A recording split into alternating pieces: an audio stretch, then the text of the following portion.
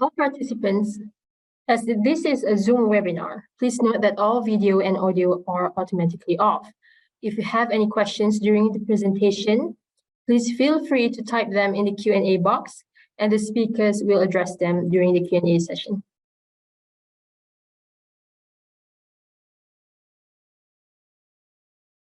Ladies and gentlemen, a very good day to everyone. Thank you for joining us in this International Day for the Conservation of the Mangrove Ecosystem webinar. Academician Emeritus Professor Tan Sri Dr. Mazlan Othman, the co-chair of the International Conference on Tropical Sciences TropSc2024, senior fellows, fellows of the Academy, members of Young Scientist Network, Academy of Sciences Malaysia, YSN-ASM, the Academy's partners and affiliates, distinguished guests, ladies and gentlemen. Welcome to our fourth pre-conference webinar, part of the Future Belongs to the Tropics webinar series. This webinar series celebrates the tropics and highlights the importance of science and technology in the region. Additionally, it serves as a lead-up to the International Conference on Tropical Sciences TropSci, which the Mahathir Science Award Foundation and the Academy of Sciences Malaysia will jointly host in July 2024. Today's webinar is a joint effort between the Mahathir Science Award Foundation and the Academy of Sciences Malaysia, where we are celebrating International Day for the Conservation of the Mangrove Ecosystem, focusing on protection and restoration of mangrove ecosystems in the tropics. So before we begin, I would like to invite the co-chair of our upcoming International Conference on Tropical Sciences, TropSc2024, Academician Emeritus Professor Tan Sri Dr. Mazlan Othman, to give her opening remarks. Please welcome. Ladies and gentlemen, distinguished guests and participants from around the world, a warm and heartiest welcome to all of you joining our fourth webinar, part of our TropSci pre-conference webinar series beginning 2023. Now today, we are celebrating the International Day for the Conservation of the Mangrove Ecosystem, with a webinar focusing on protection and restoration of mangrove ecosystems in the tropics. We are here from different corners of the world, unified by our shared passion and commitment to preserving one of the Earth's most precious treasures, the mangrove ecosystem. This unique habitat, often referred to as the rainforest of the sea, holds immense ecological significance and plays a vital role in supporting both marine and terrestrial life. Let's come together to shine a spotlight on the critical need to protect and restore these invaluable ecosystems that are facing numerous challenges. Our collective efforts and the knowledge we share here will pave the way for a sustainable future, ensuring the continued existence of mangroves for generations to come. Throughout this webinar, we have the privilege and honor of hearing from distinguished speakers, experts, researchers, and conservationists who have dedicated their lives to understanding and safeguarding mangrove ecosystems. Now we know their insights and experiences will inspire us to take action, fostering a deep appreciation for the vital services provided by mangroves, such as shoreline protection and the preservation of biodiversity. This event also presents a remarkable opportunity for collaboration and networking, bringing together professionals, policymakers, and enthusiasts who share a common goal. By fostering dialogue and partnerships, we can forge new paths for effective conservation strategies, innovative restoration practices, and sustainable management of our mangrove ecosystems. Now, today, let us not only acknowledge the challenges faced by mangroves, but also celebrate the successes achieved in their protection and restoration.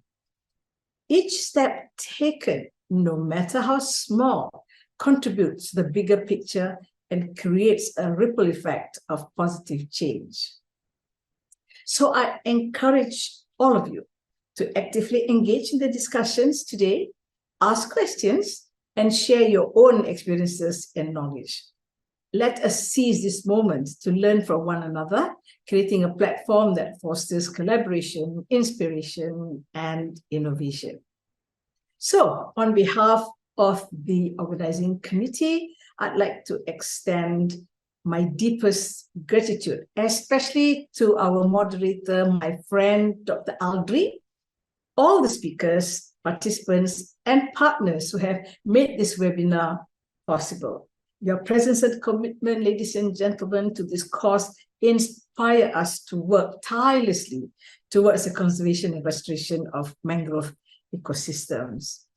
I hope this webinar will serve as a renewed commitment towards movement to protect and restore mangroves. Together, we can make a difference and ensure a brighter, greener, and more sustainable future for our planet as a whole. Thank you, ladies and gentlemen, and enjoy the enriching discussions ensuing. Thank you. Thank you very much to Tan Sri Dr. Mazlan Othman for the wonderful speech. Ladies and gentlemen, now, before I pass the floor to Dr. Aldri Amir, our moderator for today, please allow me to introduce a bit about him. Dr. Aldri, a mangrove ecologist by training, is a senior lecturer and research fellow at the Institute for Environment and Development Lestari of University Kebangsaan Malaysia. He obtained his PhD in the field of marine science mangrove ecology from the University of Queensland, Australia in 2011. He has led and participated in various research projects related to mangrove ecology, management, and conservation, and published a substantial amount of publications. In 2017, he initiated the establishment of the Malaysian Mangrove Research Alliance and Network, or My Mangrove, to promote multidisciplinary and collaborative research among academia and scientists. He currently serves as a commission member of the IUCN SSC Mangrove Specialist Group. His primary research interest and specialization in the ecology and dynamics of mangroves are now expanding through a developed interest in understanding the connectivity, complexity, and socio-ecological systems of tropical and subtropical coastal habitats and environments. So without further ado, I would like to invite Dr. Aldri to moderate the session. Please welcome. Thank you very much, Ms. Nani, for the very kind introduction. Ladies and gentlemen, good afternoon. I first would like to thank the organizer, the Academy of Sciences Malaysia and Mahathir Science Award Foundation for having me as the moderator for this event today. I'm very, very grateful, very grateful to have all of you from around the world to join us today. So ladies and gentlemen, distinguished guests and participants from around the world, welcome to our International Day for the Conservation of the Mangrove Ecosystem webinar on protection and restoration of mangrove ecosystems in the tropics. And my name is Aldri, and it is my great pleasure to be your moderator for this very, very important discussion today. We have gathered here to discuss and shed light on the critical issue of protecting and restoring mangrove ecosystems in the tropics. As we all know, we can find mangroves all around the tropic and subtropics. And about 95% of all mangrove can be found within this tropical region, including here in Malaysia, Indonesia, Philippines, in Southeast Asia. And this is the largest extent of mangrove we can find, and it is distributed all around the tropics. And but before we proceed, I mean, I know that many of you can't wait to hear from our distinguished speakers. Let's take a moment to understand the significance of this celebration today. So the International Day for the Conservation of the Mangrove Ecosystem is observed every 26th of July, beginning in 2016. And this day aims to raise awareness about the importance of mangroves and the need to protect these unique ecosystems. As we all know, I'm pretty sure many of you know this already, the mangroves play a vital role in sustaining biodiversity, mitigating climate change, and supporting the livelihoods of millions of people around the world. And regardless of where you are geographically, we depend on mangroves. And unfortunately, these invaluable ecosystems face numerous threats, such as deforestation, pollution, and climate change. And this is what we're going to hear from our speakers here. Some of them will discuss about the importance of how powerful mangroves are in absorbing carbon, for example. And one of the speakers will be discussing about pollution. How it affects the ecosystem and how that affects us, and many other topics as well. And particularly this webinar, the objective is to bring all of us together here today, experts, scientists, conservationists, and yeah, I'm pretty sure there are among us today some key stakeholders, local communities, personnel from government agencies, and also perhaps from corporate organizations. So key objective of our webinar today, the mission is to understand and to discuss about restoring mangrove for climate change mitigation and all the benefits. We will learn this from the speakers, and we will learn about blue carbon systems and mangroves in particular in Malaysia. Bear in mind, there are other two key or recognized blue carbon ecosystems, seagrasses and salt marshes. So they are also very important in absorbing carbon, maybe less being discussed. So something to ponder there. And then the third objective would be the green guardians, how mangroves control pollution. So this is very, very key, perhaps a little bit technical for us to adopt today.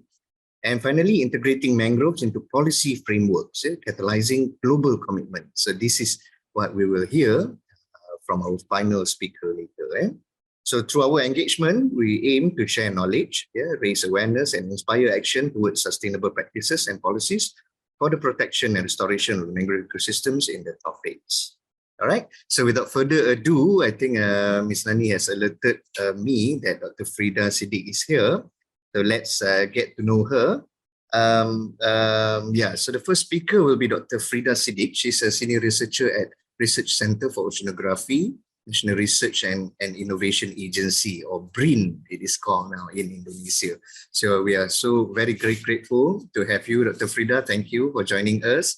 And just a quick alert to everyone attending here, we will have a lady to open our session today. So, and she's not a usual scientist. She is very prominent in the blue carbon scene globally. And we are, again, we are very, very grateful to have you, Dr. Frida. So without further ado, you have 12 to 15 minutes to share your thoughts, ideas, and also insights for us all today. Thank you very much. The floor is yours. I mean, the screen is yours. Thank you to Audrey for the time. Good afternoon, everyone. Happy Mangrove Day. It's great to be here for me on this mangrove seminar. So I'm Frida Siddiq from Indonesia. I'm a researcher at the National Research and Innovation Agency Indonesia, or we call it BRIN. So today I would like to talk about how important is mangrove as the, what do you call it, the nature-based solution for climate change mitigation benefit. So here, sorry. Okay. So here we see that how mangrove is very important, not only for protecting the coastline or maybe for fishery resources, and for other biodiversity. So the key process of mangrove as vegetated coastal habitats for climate change mitigation and adaptation is shown in this picture. So mangrove has been known as coastal protection by giving shoreline protection from sea level rise and absorbing wave energy, and also has capacity for climate change mitigation as CO2 sinks. The transport of atmospheric or dissolved material takes place in the system in parallel with transport of particulates and vegetative growth. However, as we know already, that this blue carbon ecosystem is under threats over the world. The recent study claimed that the world mangrove loss has reached more than 9,000 kilometers per square since 1996. And the main drivers of mangrove loss are mostly related to the anthropogenic pressures, such as land conversion, coastal reclamation, and pollution. Continued degradation and destruction of this coastal ecosystem has important consequences for CO2 emission. So here we can see that mangroves are extremely carbon rich, and most of the biological carbon captured by this ecosystem is stored in the soil, representing about 59 to maybe 98% of the carbon stored capacity in this system. Because of the capacity, mangrove is regarded as the nature-based solution, which is the key solution that uses the power of functional ecosystem as the infrastructure to provide natural services to benefit society and the environment. So, however, when mangroves are destroyed, carbon stored in this system, or defined as the blue carbon, is released. So we can estimate how much we potentially emit the greenhouse gas emission if we fail to protect them. In response to these climate change challenges and global commitment to reduce CO2 emission, many countries, including Indonesia and Malaysia and other countries in this region, have taken significant steps in conserving mangrove by restoring or rehabilitating mangrove forests. So if the mangrove restoration is successful, we can get many benefits over the cost we spend. Restoration through planting has been the dominant strategy for mangrove conservation, adopted by many prominent nature conservation NGO or maybe a government in these past 2 decades. But if it's not addressed adequately, the planting effort can have less success and may result in problems. For example, here we can see that where mangrove planting at site with the appropriate conditions, such as if we plant the mangrove on the mudflats, or maybe we plant the mangrove on the seagrasses.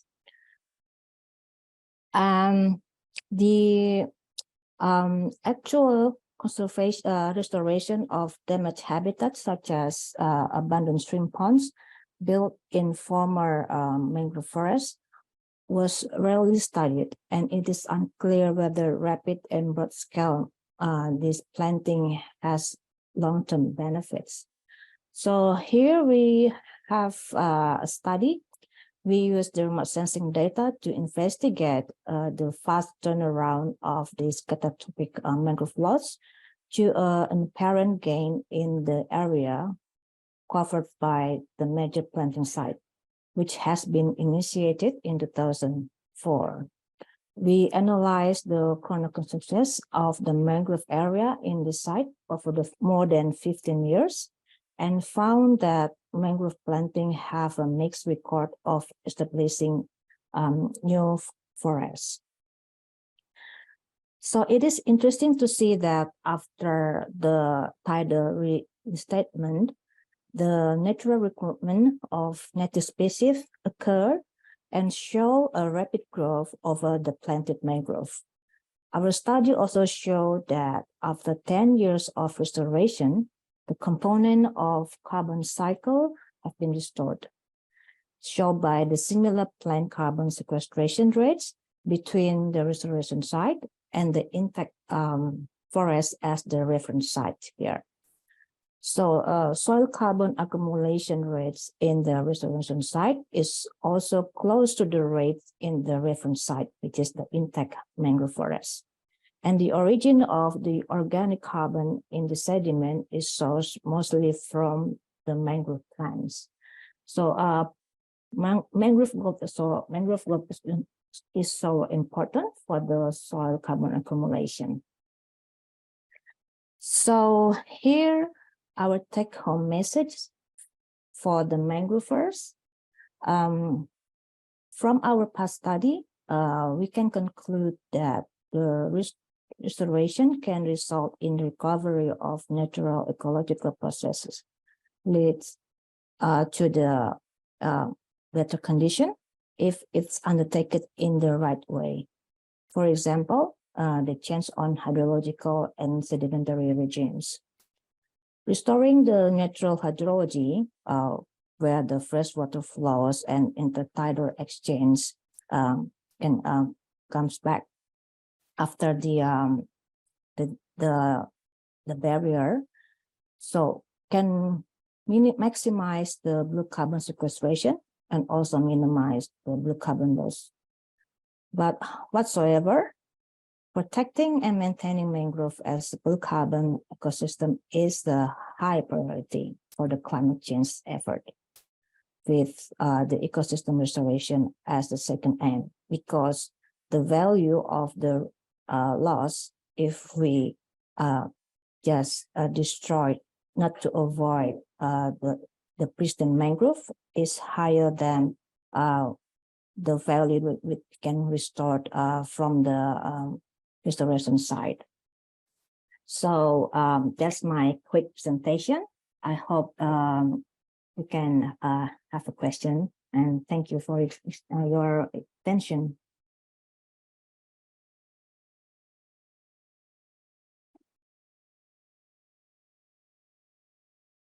Thank you very much, Dr. Frida.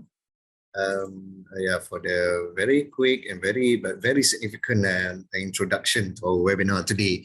And yes, I would say, as highlighted by Dr. Frida earlier, abandoned aquaculture ponds are the low-hanging fruits, if you like. Yeah, and it is an issue all around Southeast Asia in particular.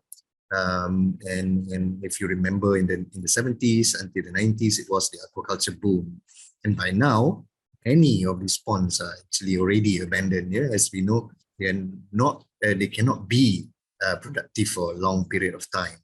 So measures to take as a response to that would be to target these ponds, abandoned ponds, for restoration. I hope perhaps in other series later or other opportunity later we can hear in detail on how to do or to go about it on the ground. But Dr. Frida has given us this overview of the opportunity there and why. And restoring mangrove, I mean, if I can quickly summarize, but I have a lot of questions, and then I see a lot of questions coming in already to Dr. Frida, and it is particularly restoring mangroves. We have to look at the physical parameters like hydrology, as she correctly highlighted. So we can delve into that in a little bit later. So Dr. Frida, go get your coffee and wait for to answer all the questions during Q&A answer. Yeah?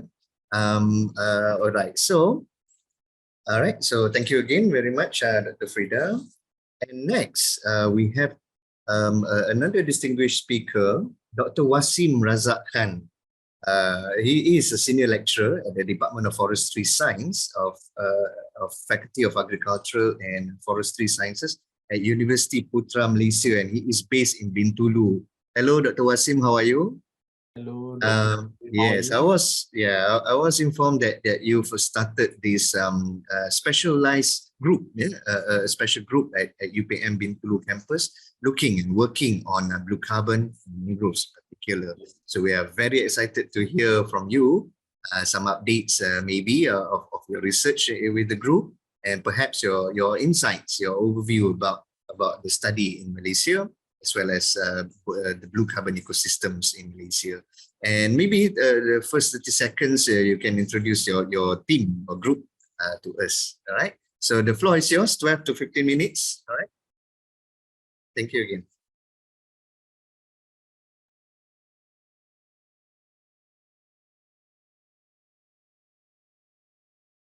Thank you, Dr. LD, and I'm really thankful because you are one of my teacher, and I'm really thankful that I'm presenting this my work in front of you, and I'm really a little bit conscious in front of you to present my work. Thank you very much again.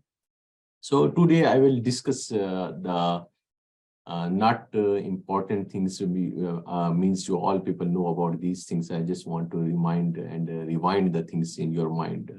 But the thing is, after the boom of this carbon things in Malaysia, so this blue carbon and mangroves, it is getting importance in these days. So I just want to talk about this thing, that what's going on in these days, and I will talk about a little bit about my research also.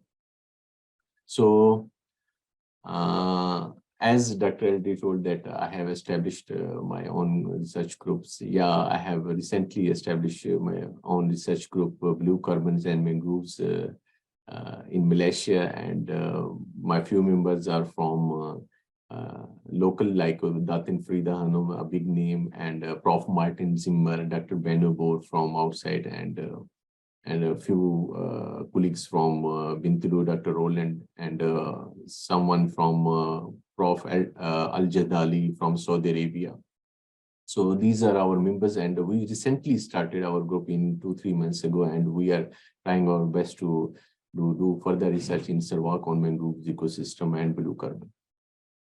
So let's talk about the blue carbon. Blue carbon ecosystem, and it comprises of 3 ecosystems. We can easily say that it's a self-ecosystem, but it covers the like an umbrella, and in this umbrella, the 3 ecosystem comes in: mangroves, salt marshes, and seagrass meadows. Mangroves and salt marshes remove carbon 10 times greater than tropical forests. As we know this, that mangroves and salt marshes are very important and in sequestration of carbons. And seagrass is 0.1% of the world seafloor is covered by the seagrass. And just because of salt marshes and seagrass meadows, research is difficult to conduct in just because of some restriction of certification to enter in the sea and in the river. So it's difficult to conduct in Malaysia. And I'm not sure about other countries, but in Malaysia, it's really a little bit difficult. But so in running of blue carbon, the mangroves is as working as an upfront runner for this blue carbon research. So why it's important? Blue carbon ecosystem are extensive and have high sequestration rate.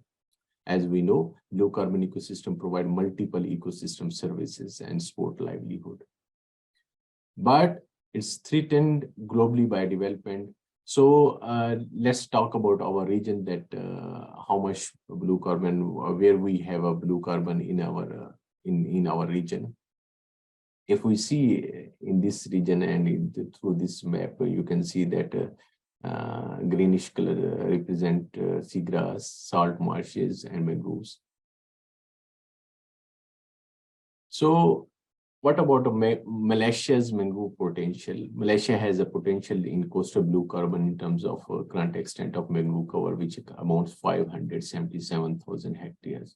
That translate about 593 million tons of CO2 storage potential. It's still not what we are seeing, but because we don't have a correct data, and we need the exact data to further research on this thing because of the state restrictions, and we cannot do research easily in different states due to their laws. So Forest Research Institute, FRIM, and National Ocean Directorate has begun discussion on and studies on coastal blue carbon potential in Malaysia. So how mangroves are managed in Malaysia? So as I told you that every state has its own rules to cover and manage the forest ecosystem, mangrove ecosystem, blue carbon. So Johor, Sabah, and Sarawak, these states possesses their own national park authority and manage their parks. So just because of these laws, so we cannot freely and sustainably monitor these other states' mangrove forests. So, for example, like I'm in Sarawak, so if I say that not much work has been conducted in Sarawak for mangrove, and just because of their laws and the other researchers needs to work in Sarawak, and they need a permit, and there are a lot of agencies also they cover mangrove area like river authority, sea authority, a lot of it. So they have a different rules to work in different states.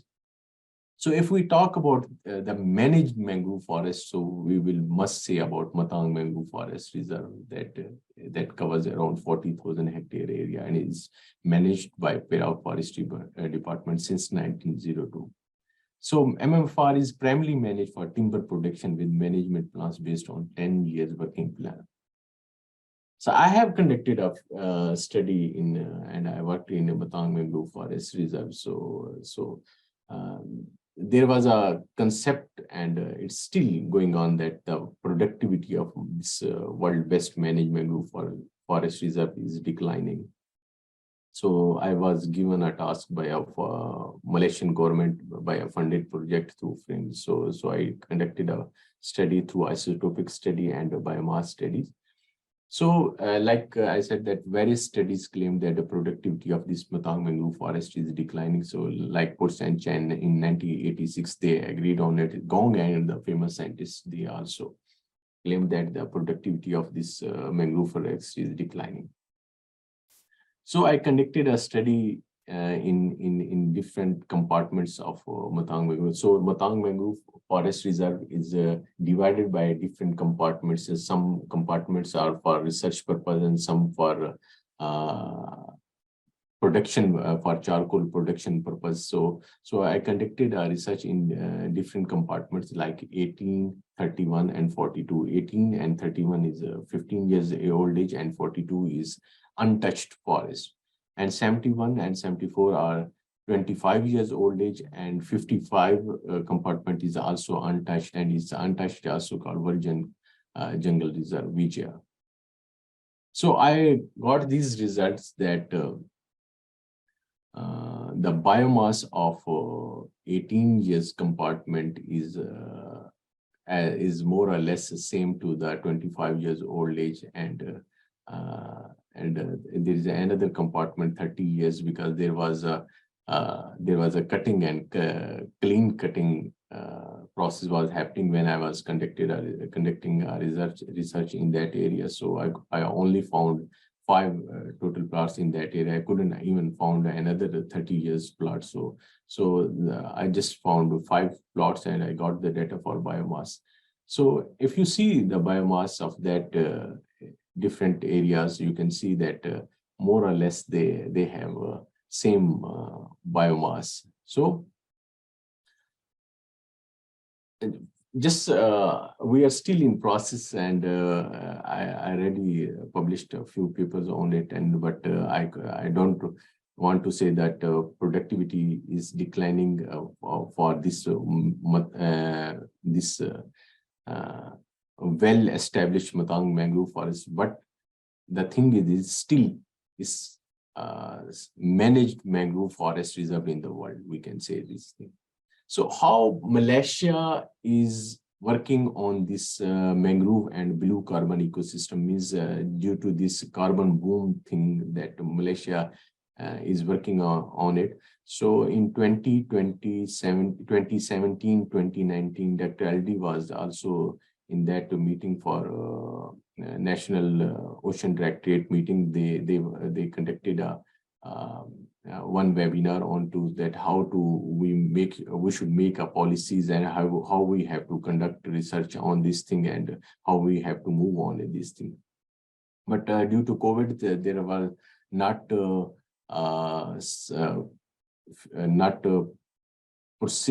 proceedings were happened at that time. So there is a we can say that we still are in lack for making policies for this blue carbon. So in 2020, Sarawak has taken initiative to work on this blue carbon because our neighbor country, Indonesia, they claimed $20 million from World Bank for this carbon claim, for carbon sequestration claim, and they amended their forest law and for this carbon thing, and now they are working on it. Even if we see our Malaysian government, federal government, and different states, they are also following Sarawak forest laws because they have hired different lawyers from different part of the world to make a specific law on blue carbon, carbon sequestration for and terrestrial for carbon sequestration. They have already made the laws, but they are still in process to give land to different owners or different agencies who wants to work on this carbon business. So they want to take and they have to follow their laws. So what I want to say that we are still in process to make their laws, means Malaysian government, even Sarawak, even Sabah and different states, they are still in process to make the blue carbon or carbon laws for terrestrial forest. So hopefully in next few months, we will feel that we will be in position to work and to earn money from this terrestrial carbon and through this blue carbon ecosystem to help our Malaysia through this monetary business. So why we are doing this thing, that all this just because of climate change mitigation and to achieve a sustainable development goals. So as I told that I have established a blue carbon and mangrove research group in University Putra, Malaysia, and we are closely working with the Sarawak Forest Department, Sarawak State Department, because as I told you that it's very difficult to work in state of Sarawak because it has second largest mangroves cover in the Malaysia. So we have to take a lot of permissions, a lot of things to work in this state. So thank you very much. Thank you very much.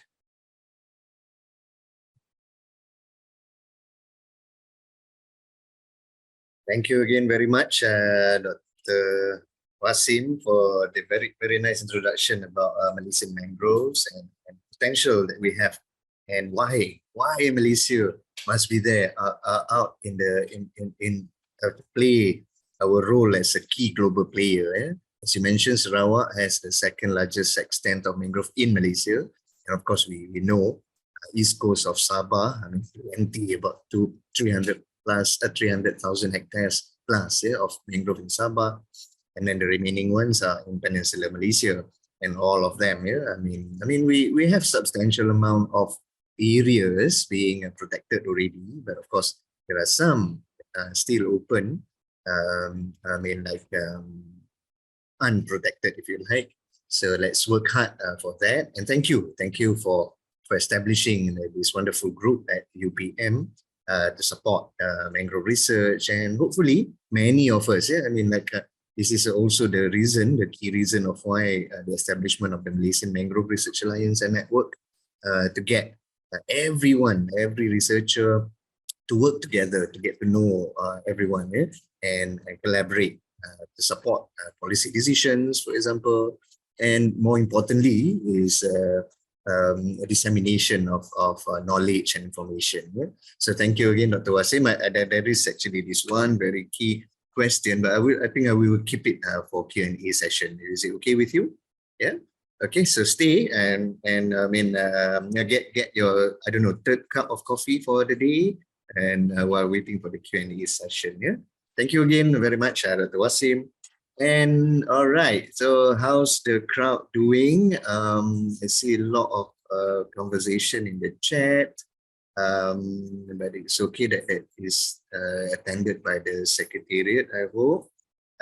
Yes, keep your question coming, although it is targeted to some of the past speakers, but I think maybe we can just collect all of them and discuss it later towards the end, because I want all of you to actually stay to join the discussion later. Yeah.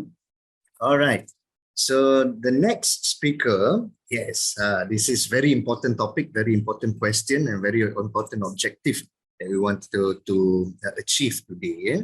So we've heard an overview of what's happening in Southeast Asia, what's happening in the world, of how on the effort of restoration on mangrove. And then we heard from Dr. Wasim, and the first one was Dr. Frida. And then Dr. Wasim highlighted to us on Malaysia's perspective, what we have, what are the potentials. And the next topic is will be addressed by Associate Professor Dr. Ong Ming Chuan. He is an Associate Professor at the Marine Science Program of Faculty of Science and Marine Environment of University Malaysia Terengganu. And the key question here, I mean, even before your presentation, Dr. Ong, even before your presentation, there are already questions for you, you know. So people want to know what can pollute mangroves and how can mangrove react or mediate these issues, right? And I'm pretty sure the range is from marine litter to perhaps chemical to microplastics, yeah?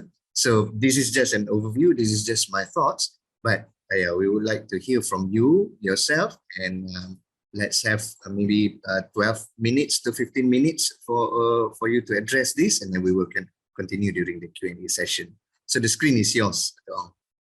Okay, thank you, moderator, for the introduction.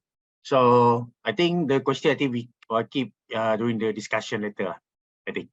Okay, so so this is my title, The Green Guardian, so refer to mangrove and how the mangrove can control pollution. Okay, so as introduced by moderator just now, so I'm Associate Professor Dr. Ong Ming Chuan. So I'm from Faculty of Science and Marine Environment. So beside that, I'm also one of the leader for the Ocean Pollution and Ecotoxicology OPEC business group. So we also did some research on in the mangrove ecosystem actually. Okay. So mangrove are unique and specialized coastal ecosystem which can found in tropical and subtropical region around the world. So we, Malaysia, I think we are one of the country that we have a large ecosystem of mangrove area, and mangrove area have the ability to trap and stabilize sediment, silt, and organic matter that flow in with the tides. So most of the sediment that we found in the mangrove ecosystem actually is the it's not a sandy, but it's mostly it's a silt and also the very fine particle, very fine sand. Okay, so this help to create a rich nutrient-filled environment that support various marine organisms. So we can, when we have some like tour or sampling in the mangrove ecosystem, actually we can find a lot of animal from smaller until the bigger size. So I think in Malaysia, I think the biggest size that we can find is, I think, crocodile. Okay.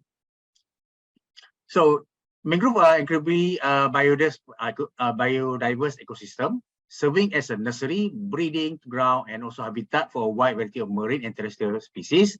So not only marine species that live there, but also the terrestrial species. Okay, the fish, crabs, shrimp, birds, and also wildlife rely on mangrove for food and shelter. Okay. So due to the dense root system and vegetation, mangrove act as a natural barrier against coastal erosion and storm surge. Okay, so I think everybody now, after the tsunami in 2004, if I'm not mistaken, so I think all of us, we know that mangrove is very important to protect our shoreline, to protect from the tsunami and so on, okay, or the big wave. So this helps to protect shoreline, coastal community, and also infrastructure from the impact of tropical storm and hurricane or even the tsunami. Okay. So it's an essential and variable ecosystem that provide numerous ecological benefits, and they are increasingly recognized for their importance in biodiversity conservation, climate change mitigation, pollution control, which actually we focus later, and also the coastal protection. So despite their significance, mangrove face threat from human activities such as deforestation, okay, pollution, and development, and making their conservation crucial for the health of our planet. So nowadays, a lot of mangrove have been cut down, and then to build the pond for the shrimp or the crab and so on. Okay, so I normally I have some sampling activities near the steel mangrove. Okay, the steel mangrove actually in Terengganu, I think is one of the biggest mangrove ecosystem. So quite a lot of mangrove actually have been cut down. Okay, to build the pond for the shrimp, also for the mangrove crab. Okay, so it's a mangrove are remarkable ecosystem that play a crucial role in controlling pollution, and particularly in coastal area. And they have several mechanisms that help mitigate pollution and protect the environment. So mean that they are natural filter. They can help in protect our ecosystem and can control the pollution. Okay.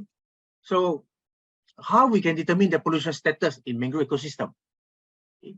So normally like my study, actually I focus on the sediment also, So we collect the surface sediment. Okay, this surface sediment actually can represent the recent what happened currently, what happened now.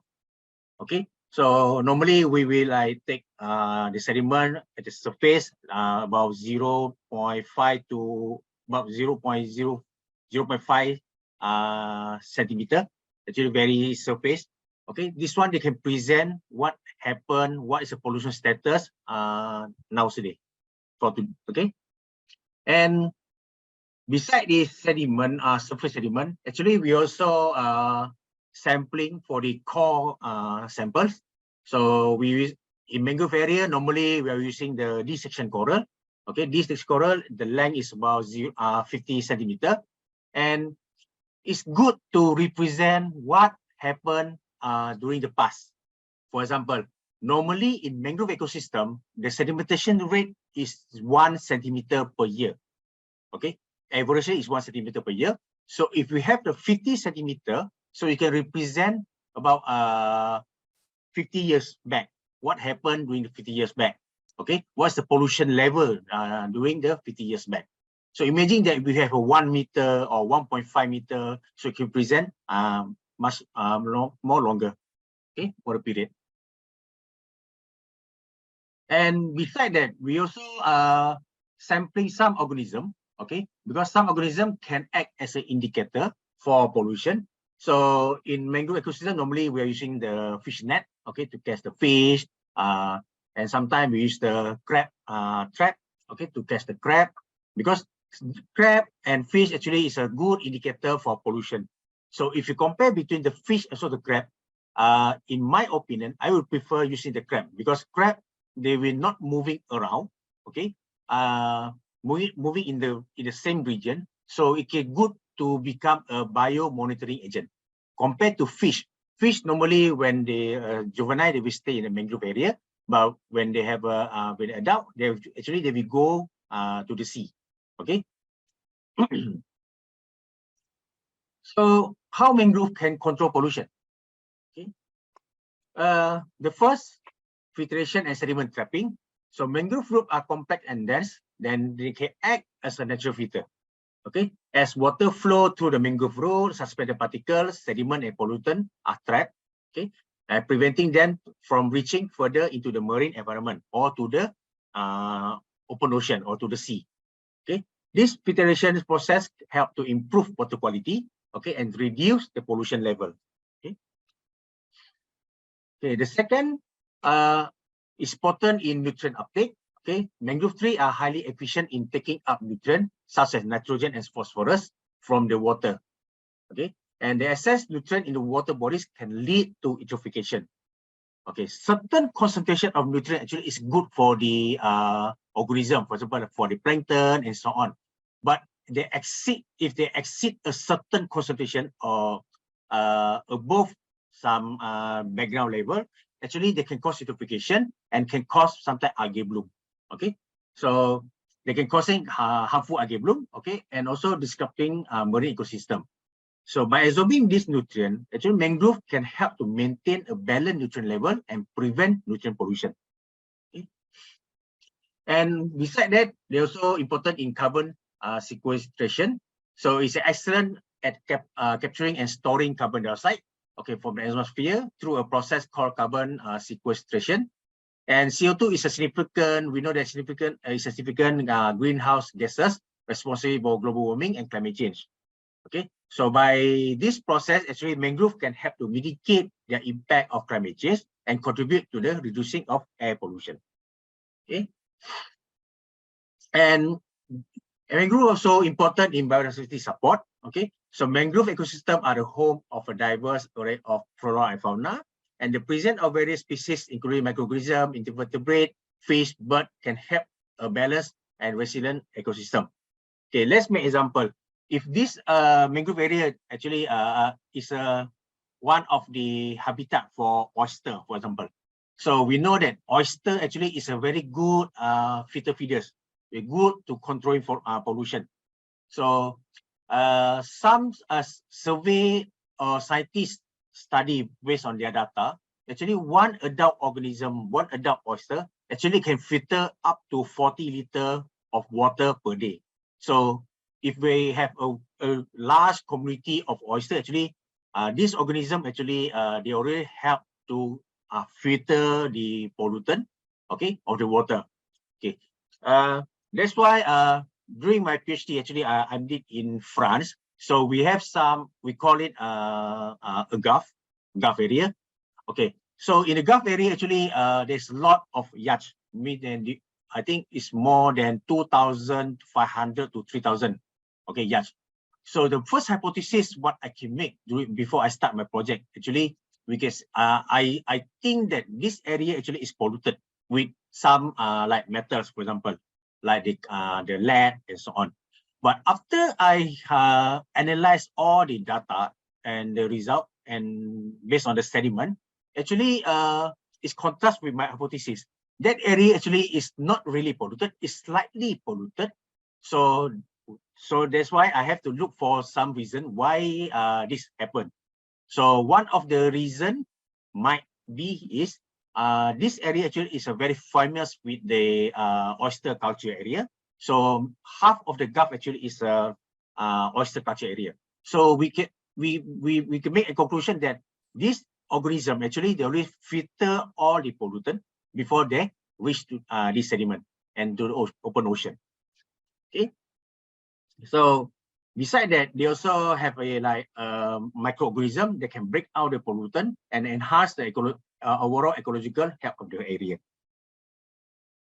And mangrove also important as a contaminant accumulation, and they have an ability to accumulate and store certain pollution within their tissue, in the root, in the trunk, also in the leaf. Okay, they prevent the pollutant from spreading to area of the environment. And this also can make a mangrove ecosystem vulnerable to contaminant, which is why it's important to safeguard this habitat from excessive pollution. Okay, so as a natural filter, so it's important as a water quality improvement. Okay, the complex root system of mangrove also provide habitat for various microorganisms, which this microorganism actually they, as I mentioned before, they break down the pollutant in the water. So the microbe, they can metabolize and reducing the concentration of contaminant can enhance the water quality surrounding area. Okay, so to ensure the continued role in pollution control, it is essential to protect and conserve existing mangrove habitat and restore degraded one. So we can planting the mangrove area and so on. Okay, or maybe we can build like, I think some researchers in Singapore, they build like a barrier to protect their shoreline to let the mangrove to grow. Okay. And then also the policy measure, public awareness, and also responsible coastal management are crucial in safeguarding this valuable ecosystem for our future generation. So as mentioned by Anne Wish, so mangrove are magical forests where we discover natural secret. So they cradle the connection between the land and the sea, and also the nature and human. So mangrove forests nurture our history and fulfill our nature-based economies. So if we have a lot of mangrove area, so I think that area is very productive. So it can boost up some economy in that area. Okay. So let's take home message. So actually, we are not restoring the marine environment to normal condition.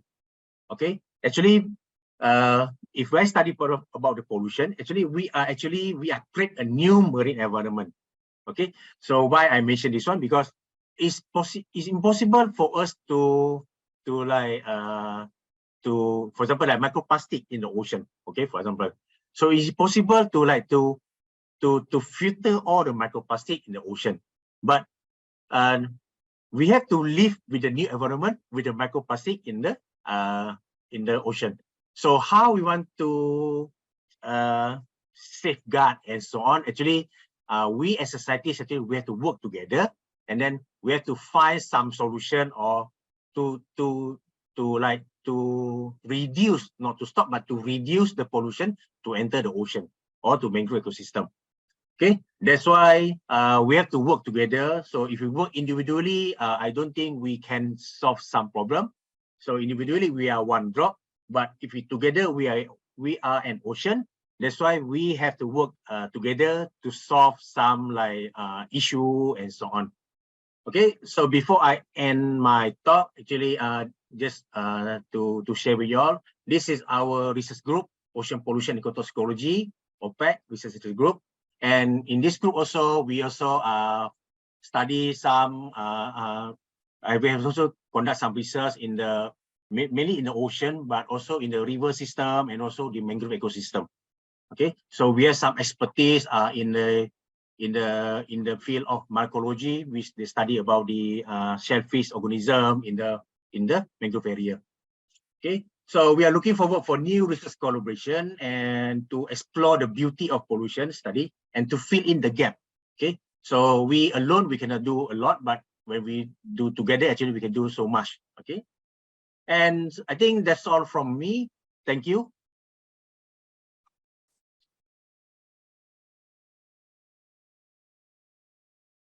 Thank you very much, Dr. Ong. I like when you put it at the end, the beauty of pollution study. Wow, that's very interesting. Thank you very much for that closing note.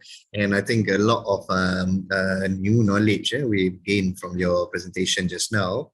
One in particular, the core that you showcased just now, right? From the soil, from the sediment, happening in mangrove, and we know sedimentation is a very prominent dynamic process happening in mangroves, and we know within that 1 meter core, a lot of history is being written, right? We can learn a lot about the history of the site in particular. And imagine if we have this information from all around the tropics. So we know what's happening in mangroves in Malaysia, what's happening in Brazil, for example, what's happening in Africa. So that will connect all the dots. Yeah, that's one. Particularly on pollution matters. And perhaps that explains the role. So there you go. We know, like many of the discussions since 2004, 2005 were about the importance about mangrove being to protect shorelines from nature disasters like tsunami, like hurricanes, typhoons, and whatnot. But then there are processes that we cannot see. Our naked eye, we cannot see these exchanges happening in this coastal environment. And one of the key important is this exchange of nutrients and how organisms, like mollusks, bivalves, the filter feeders you mentioned, they play an important role. So now, when we speak about restoration of mangrove, it is not just about the plants. Of course, plants represent or characterize the forest. All about the flora and fauna. Exactly. So the fauna play that role too. So when we restore, the attention must be put also on creating a suitable habitat, a conducive environment for these animals, right? So indicator of a healthy ecosystem would be the trees, and of course the life of these animals as well. It won't be an ecosystem if we don't have agents like animals, and of course the physical environment. So there you go. That's very important. That's why sometimes the conservation is did by the botany people. Exactly. Yeah, that's right. So very, very biased. So there you go. Very good point there, Dr. Ong. So okay, we will keep some of these questions for you further. And then let's move on to the next speaker. Actually, I was just informed our supposed fourth speaker, Dr. On Rizal, has met with an accident.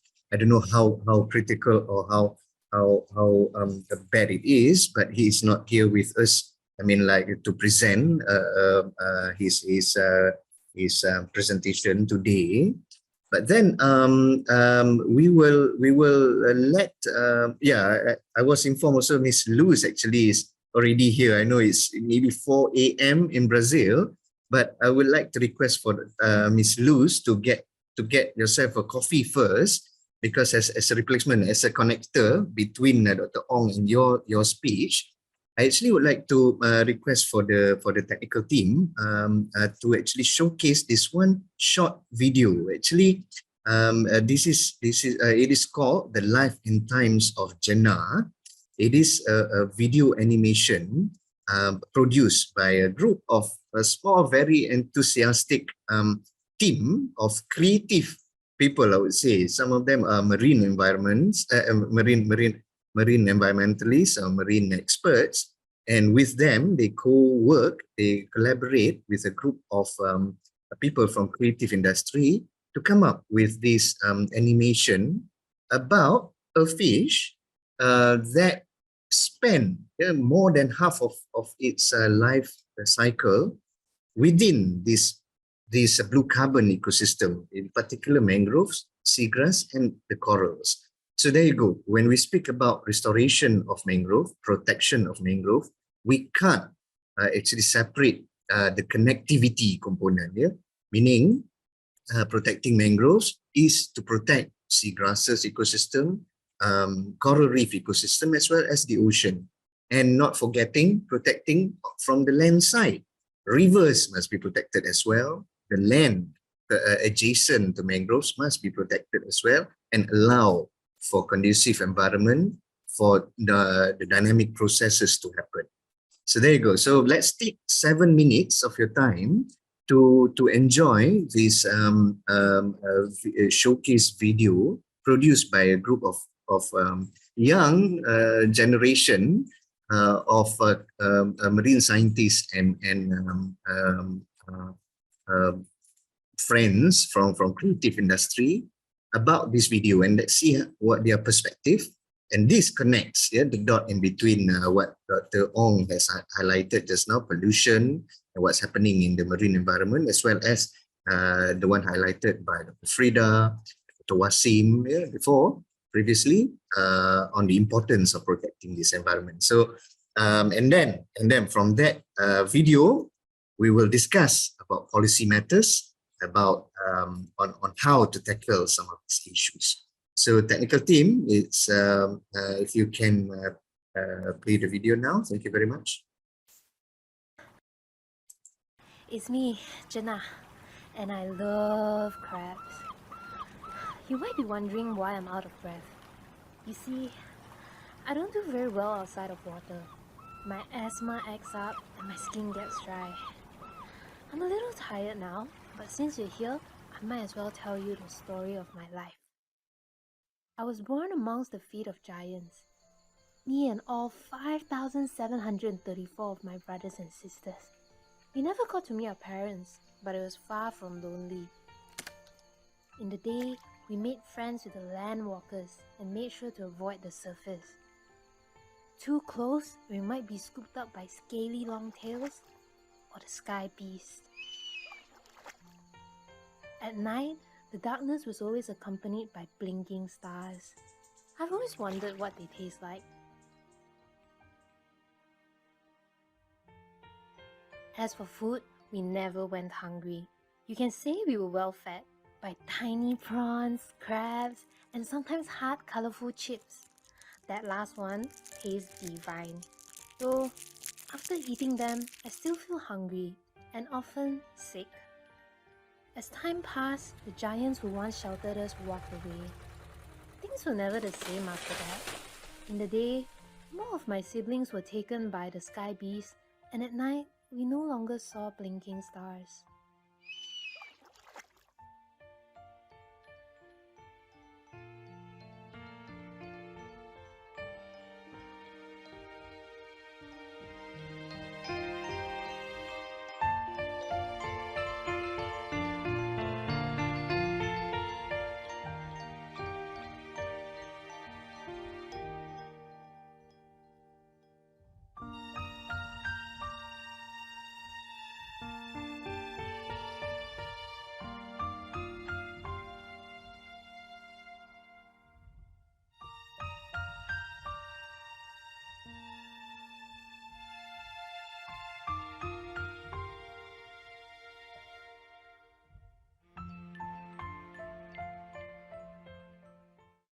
Oh, hi there! Welcome back, you. Okay, back to our story. My siblings and I caught wind that conditions were better in deeper waters. We all decided to venture out. What we found was paradise. The grass was not only greener, but the crabs were better too. We made many friends. The grey grass chomper, the brown hardback, the upright longtail, lazy stars and spiky balls. The lush green carpets were far from safe. It was constantly rocked by earthquakes. Every night we had to sleep with one eye open, because if you didn't, the earthquakes could swallow the very spot you slept in. Sand towers would later appear in its place. I was sad to see the sand towers affecting so many of our friends. Many left without saying goodbye. Sometimes, smelly liquid will flow out of these waters. I don't really like them. It scared the crabs away. While the green carpets made us bigger and stronger, we decided to follow our instincts, or rather, our stomachs, into deeper waters.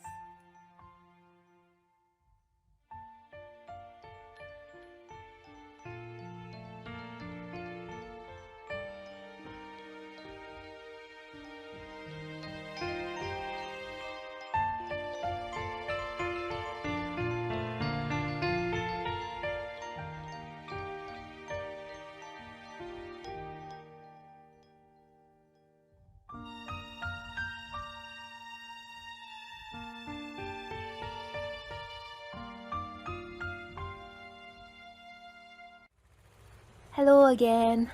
Picking up from where I left off, my brothers and sisters were looking for a new home. Huddled together, we swam into deeper and deeper waters. And voila! There it was! Nature's art gallery! Everywhere we looked, our eyes were met with a kaleidoscope of colors. Everything was magical. Here, we also met the two-tailed fish. They were very noisy and constantly tried to touch us. Some of them fed us yummy food. They didn't taste like my favorite crabs, but if I ate them too much, I'll be bloated for days. Not very nice.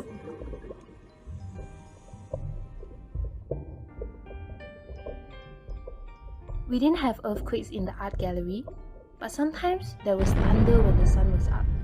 I would be so frightened and I would swim as fast as I could. That's what got me to where I am, stuck.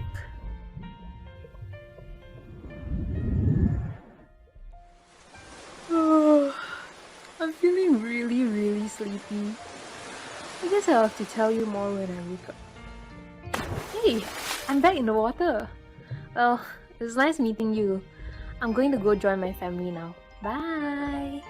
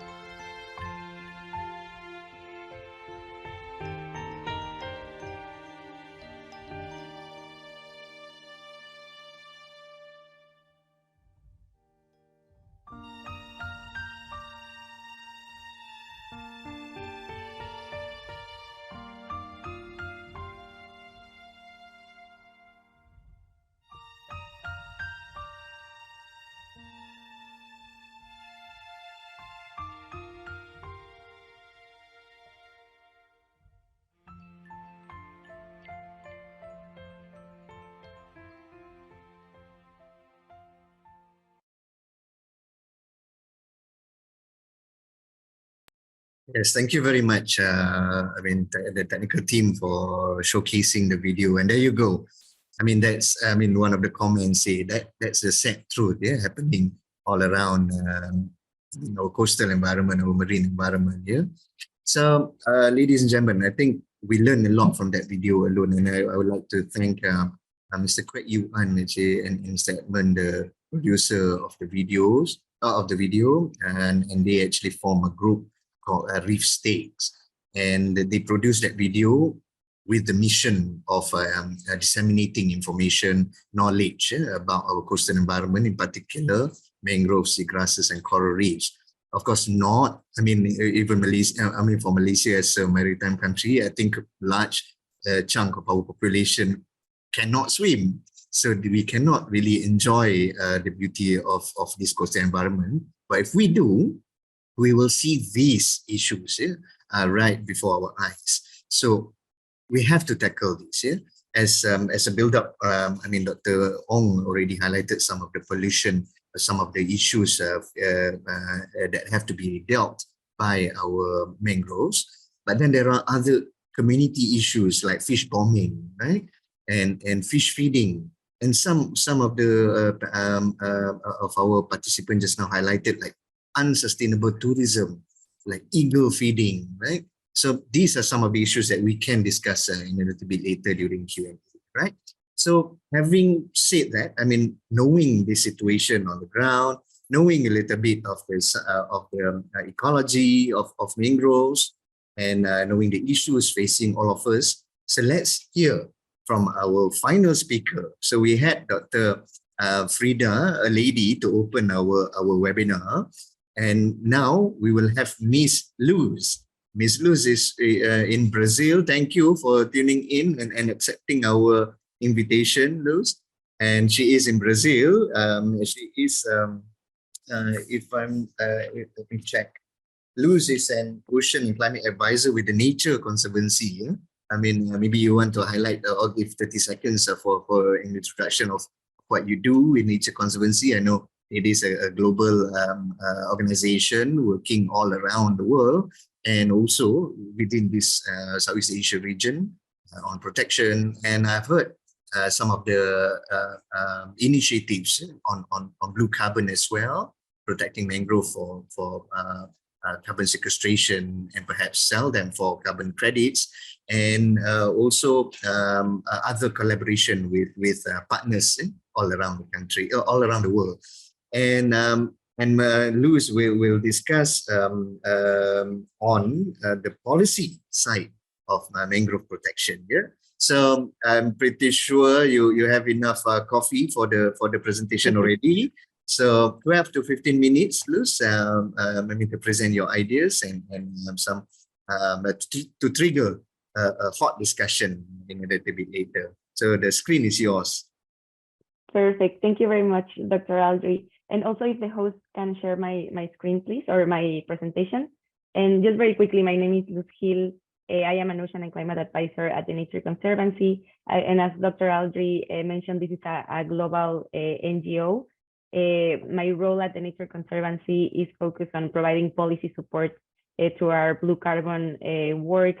We have several blue carbon work, and I'm covering the part of the policy supporting the presence of blue carbon at international frameworks, for example. So I'm very excited to be here.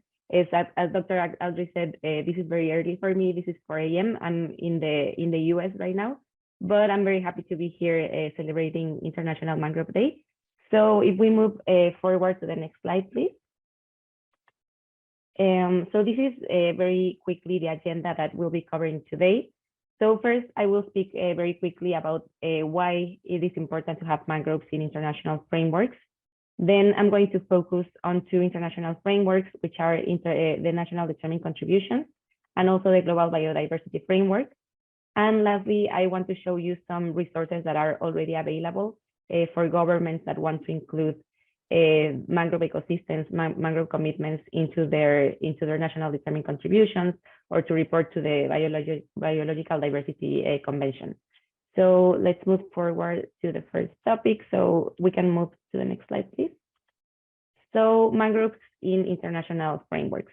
So I won't go through all the benefits of mangroves right now. I'm sure it has already been discussed. But as we all know, mangroves, they have several international dimensions, including their role in safeguarding coastal biodiversity, storing carbon, helping the world adapt to the impacts of climate change, protecting coastlines, and also the flow of mangrove products, including fisheries, products, timber, fuel and wood. And also the recognition of the value of healthy mangroves are already included in numerous international frameworks and agreements.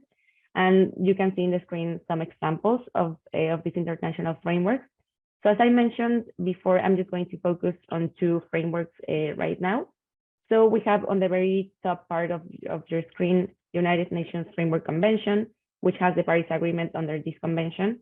And the Paris Agreement requires countries to conserve areas that are important GHG gas stores and sinks, such as mangroves. And also we have to the right the Convention on Biological Diversity, also known as CBD.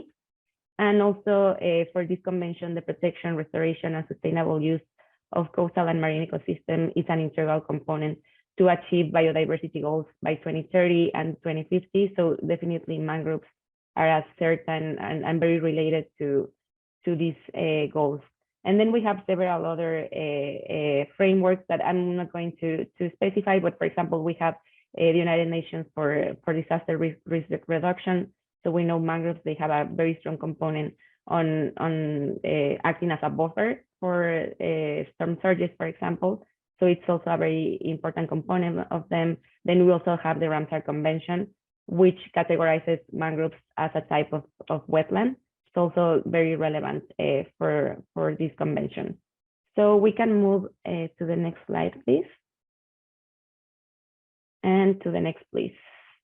So now we're going to speak about mangroves in nationally determined contributions. So first of all, what are nationally determined contributions, or also known as NDCs? So NDCs are the primary co-implementation mechanism of the Paris Agreement. So each party to the Paris Agreement is required to submit progressively ambitious commitments over a cycle of 10 to 5 or 10 years cycles. And this means that each submission of their NDC needs to be more ambitious than the previous one. So we can see here in your screen, it's called the ambition cycle. So every party, every 5 years or 10 years needs to submit these nationally determined contributions, more ambitious than the previous one. And these NDCs allows governments to express, to give direction and clearly state their future ambitions to address climate change. These NDCs, in the beginning, they were meant to only have mitigation commitments, but also since they include a bottom-up approach, so countries, they can decide, and it's a flexible mechanism. So many countries have also decided to include adaptation commitments in there. So in the most majority of NDCs, we can find also adaptation commitments in these documents. And lately, more than 70 countries have submitted an NDC referring to coastal and marine climate solutions, either for adaptation and mitigation. So this reflects a much greater recognition at the national level of the positive impacts of conservation, restoration, and sustainable management of coastal and marine ecosystems, such as mangroves. So it's something very encouraging, and we hope this year is the Global Stock Date. So we're taking stock on how many commitments there are, how are countries applying their commitments for mitigating and adapting to climate change. So right now, this number of 17 countries for sure can, and hopefully can be more. And we're trying to update this information too. So we can move to the next slide, please.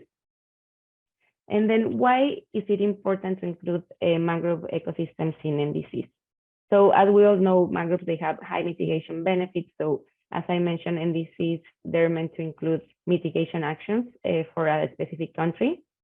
But also mangroves, as you all know, have high adaptation benefits. So also including mangroves can showcase actions for a specific government, a specific country on adapting to climate change. Then we also have a sustainable blue economy.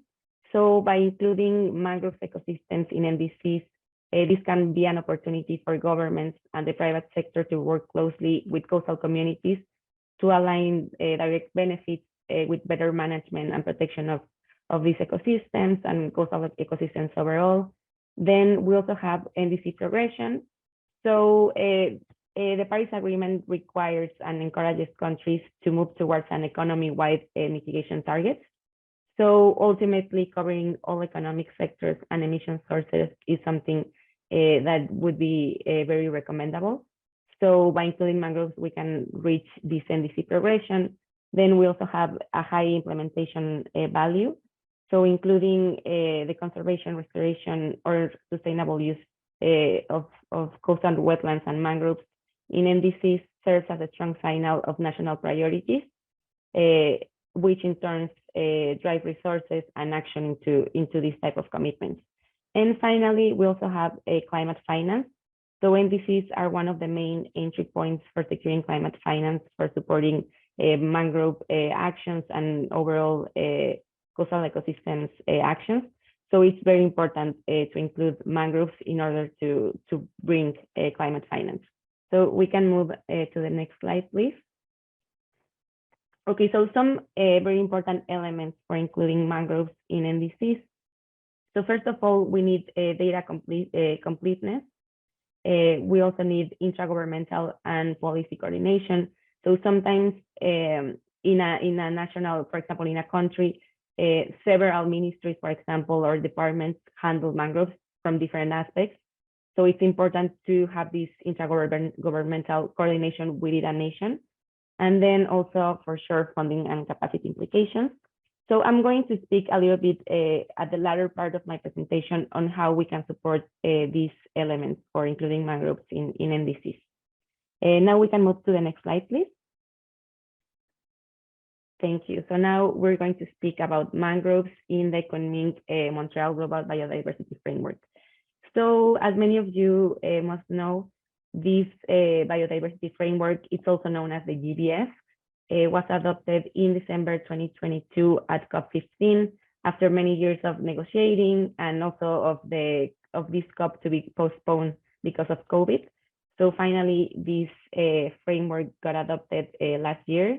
It's very recent, and this framework consists of global targets to be achieved by 2030 and beyond to safeguard and sustainably use biodiversity. And as we all know, mangroves are critical ecosystems for biodiversity. And this GBF has 23 targets. And as you can see in your screen, you can see all these 23 targets. And I have, with a small mangrove, highlighted the ones that are relevant for mangroves. So for example, we have target 2, which requires the restoration of at least 30% of degraded terrestrial inland water and coastal and marine areas. So very related for sure to these ecosystems. Then we have target 3 that requires the conservation of at least 30% of degraded terrestrial inland water and coastal and marine areas. This is also known as the 30 by 30 target, and I would say this is one of the most, let's say, famous or well-known targets of the GBF. Then we have target 4, which requires the conservation of species, and below we have also target 8, which calls for the use of nature-based solutions and or ecosystem-based approaches to minimize the impacts of climate change. So we can move to the next slide, please. Perfect, thank you. And then we have mangroves in a national biodiversity strategy and action plan. So these they are also known as NBSAPs. So these are the main instruments for implementing the Convention on Biological Diversity nationally and globally. So let's say that it's similar to NDC. So if NDCs are the main instrument for implementation for the Paris Agreement, we have these NBSAPs for the Convention on Biological Diversity. And parties are required to develop, implement, and regularly review these NBSAPs, which is an opportunity to integrate mangrove ecosystems into these documents. And actually, after COP15, where the GBF was adopted, also it was mandated that the review and update of these documents is required by 2024, so next year. And this is a great opportunity for enhanced mangrove action and for also strengthening commitments made under other international and national processes. So also we've been speaking a lot about not working in silos, so not working, for example, only for the Paris Agreement on climate mitigation or adaptation, but also coordinating with other frameworks such as the Global Biodiversity Framework, because they are both interlinked.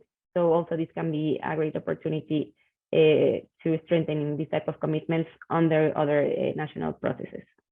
And we can move to the next slide, please. So now I wanted to speak about some of the resources that are already available for countries to include mangrove commitments and coastal ecosystems commitments into their national determined contribution or other frameworks.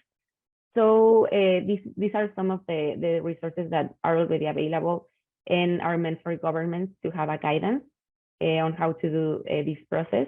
Because as I mentioned before, data, for example, is one of the main requirements for doing so.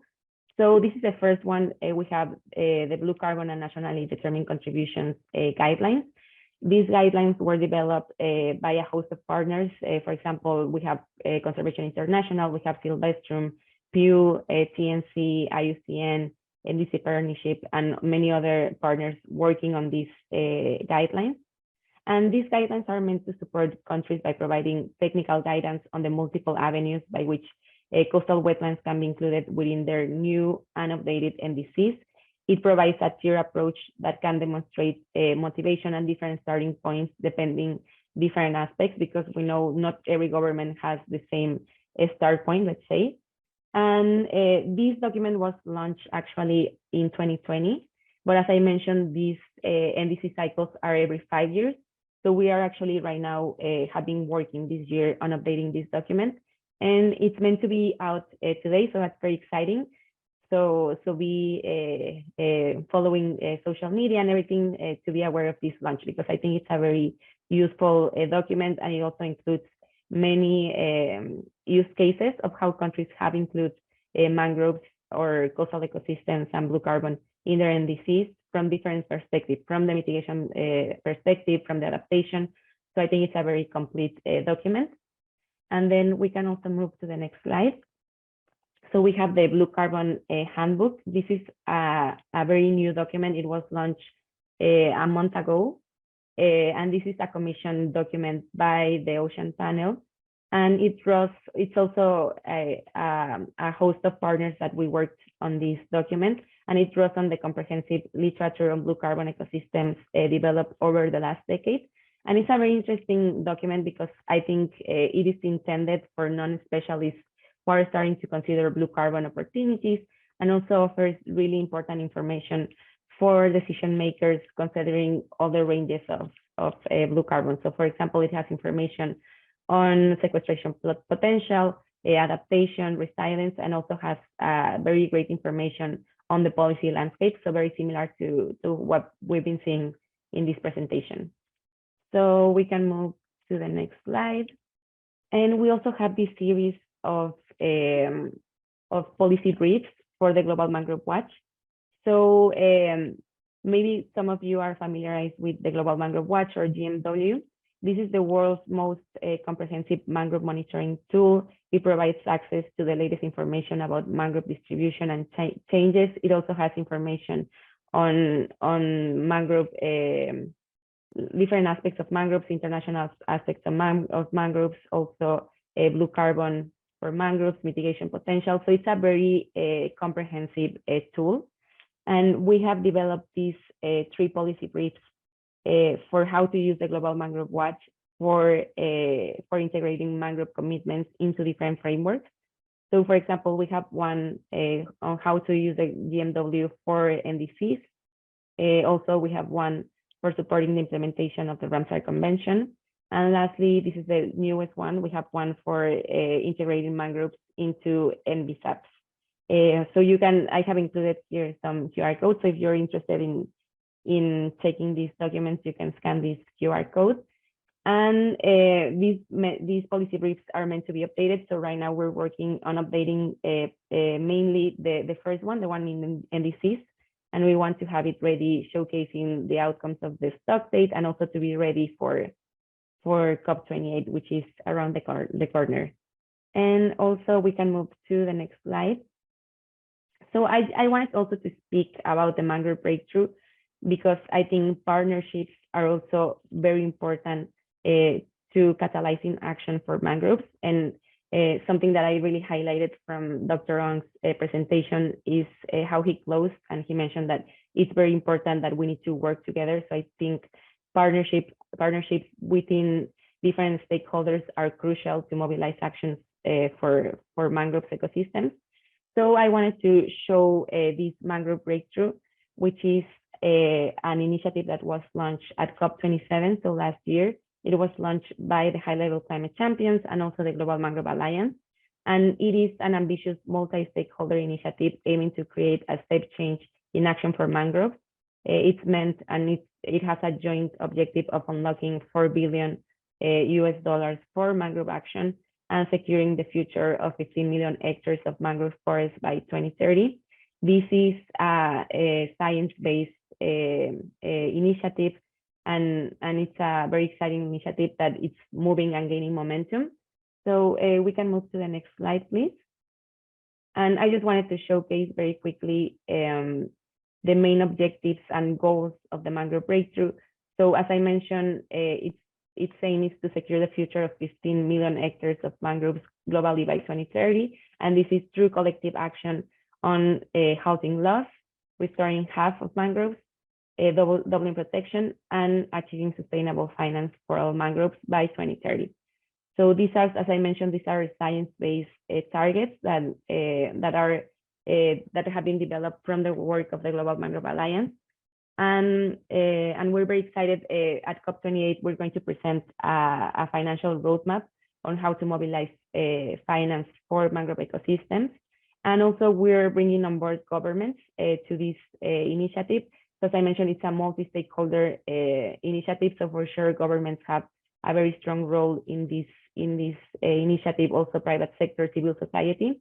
So if you or your institution, your organization are interested in learning more about the mangrove breakthrough, please feel free to let me know, and I can walk you through how to join the Mangrove Breakthrough and all the targets and its commitments. So that's all from my side. Thank you very much for listening to my presentation, and I'll be happy to answer any questions at the Q&A session.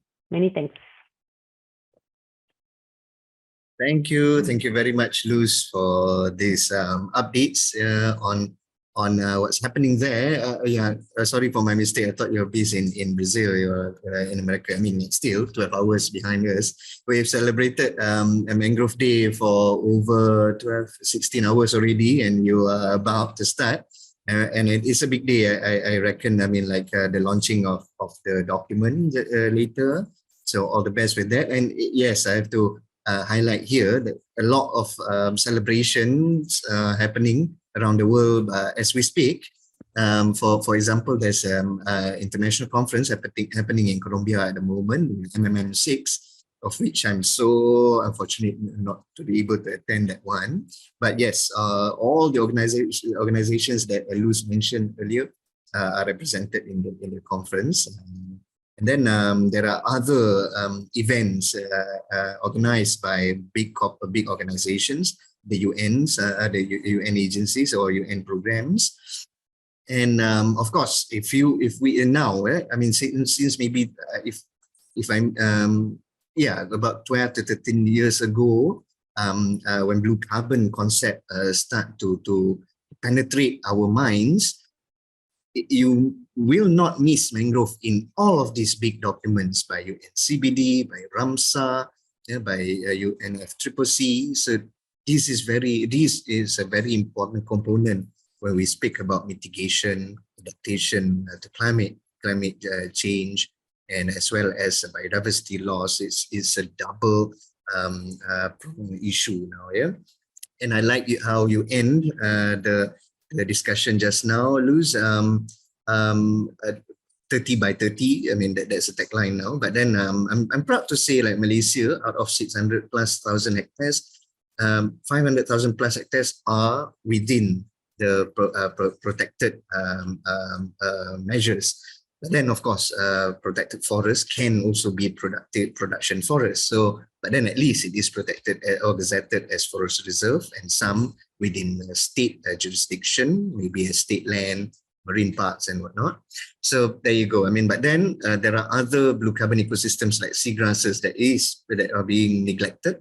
So that we must work harder here, especially in Malaysia. And of course, I mean, the other marine areas, marine habitats. And I think before we start, we kick off with the Q&A session. I can see all the speakers on the screen now. Thank you, organizer and technical team, for putting all of us in one screen. So, I mean, like, to kickstart, I like that point by Luz to end her presentation. Protect what we have left. That will be the first measure. Then discuss about conservation or restoration in this measure. I like the third point, double protection, meaning it must be done by national or subnational at national or subnational level. But then of course we can always have them. I mean, like conserve them or list them at least in these international through these international mechanisms. Then, I mean, list them as Ramsar site, for example, or under other United Nations programs, right? And then finally, come up with sustainable financing mechanism, because I mean this has been a debate for a long time. What do they get? I mean, especially governments, right? What do they get by protecting forests, mangroves in this case? So they won't see it until we turn it into dollars and cents or ringgit and sen in Malaysia. All right. Okay, so now a couple of, I mean, not a couple, I think a list of questions already. But let me start the first one. I think this is targeted to Dr. Ong. Dr. Ong, have your team done any research related to plastic degradation in mangrove, since mangrove is known to trap plastic waste thrown and ended up in the ocean? And if you have, do you mind sharing your opinions and findings?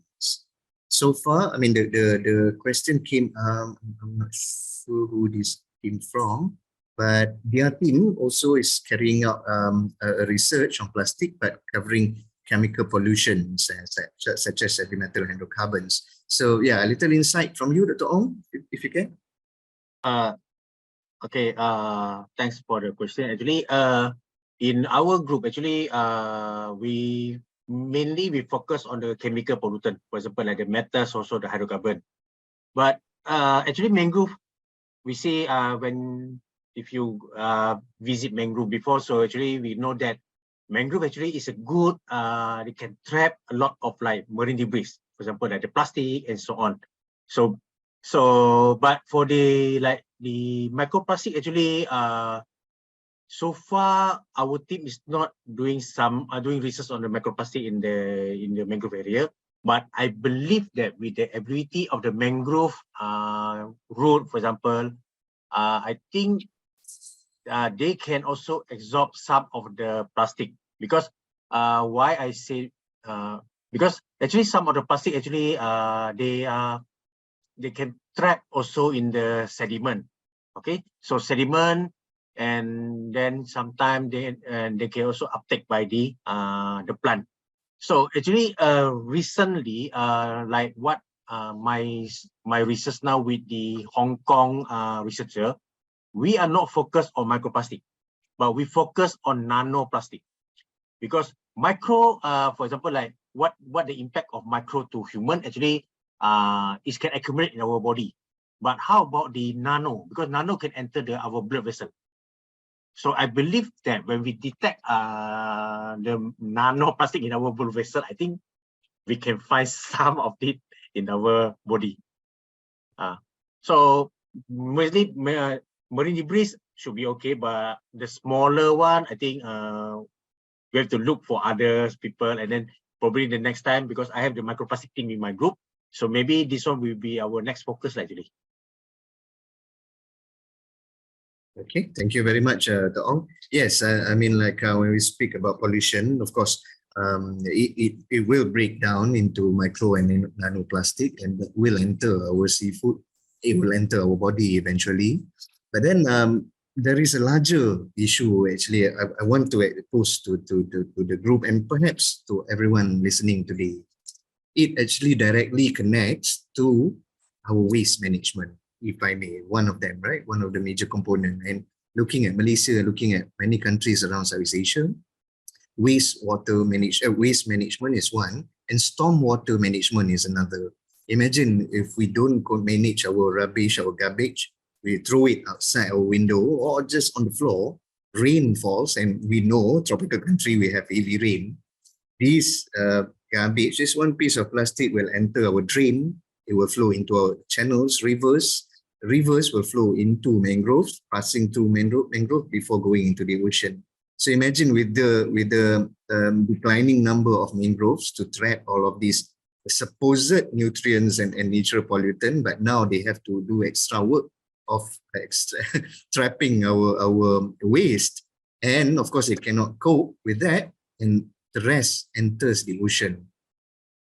I mean, it should be clean, fresh, I mean, healthy water being flushed into the ocean, but now garbage. And that, as pointed out by Dr. Ong, it is entering our body. How bad is that, right? So this is the thing that we have to tackle. So when we look at mangrove, it's not just the mangrove, it's not just the fish and crabs, it's actually how we manage our waste on land. That's how I say earlier, every one of us is connected to mangroves somehow, either to use it or we can spoil it, right? So it works both ways, yeah? All right, so next question, actually, it actually is targeting, it's open to all of the speakers actually. So the question goes, we are facing crucial mangrove degradation in our area, and the current with severe case of erosion, particularly at the area where we have heavy shade movements. Is there any successful works done in restoring what kind of area, or who can we contact to help us on this? Okay, so maybe I can target this to two speakers. First, Dr. Frida, maybe you can give an idea from Indonesia perspective or regional perspective or global perspective in this case. And then perhaps Dr. Wasim can also add on which targeted area should we go and which effort should we prioritize. Maybe we can start with Dr. Frida. Thank you, so Audrey. I think this also happened in Indonesia. We can find many cases in most of the coastal area, especially the urban development area. So we have to bear in mind that mangrove is about the land management. So if you want to, I mean, like I already said before, that the mangrove process is also involve the morphological process. Let's say if we have development in other side, it could have impact on mangrove in the other side. So it's commonly happen.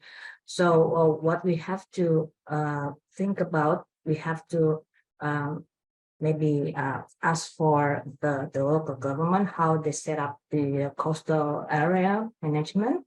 The spatial planning is very important because the sediment transport, it not only come from the mangrove area, but it come from the upstream and also the downstream. So it has like a connection. So for the restoration, many people think that if we plant the mangrove, we can solve the problems.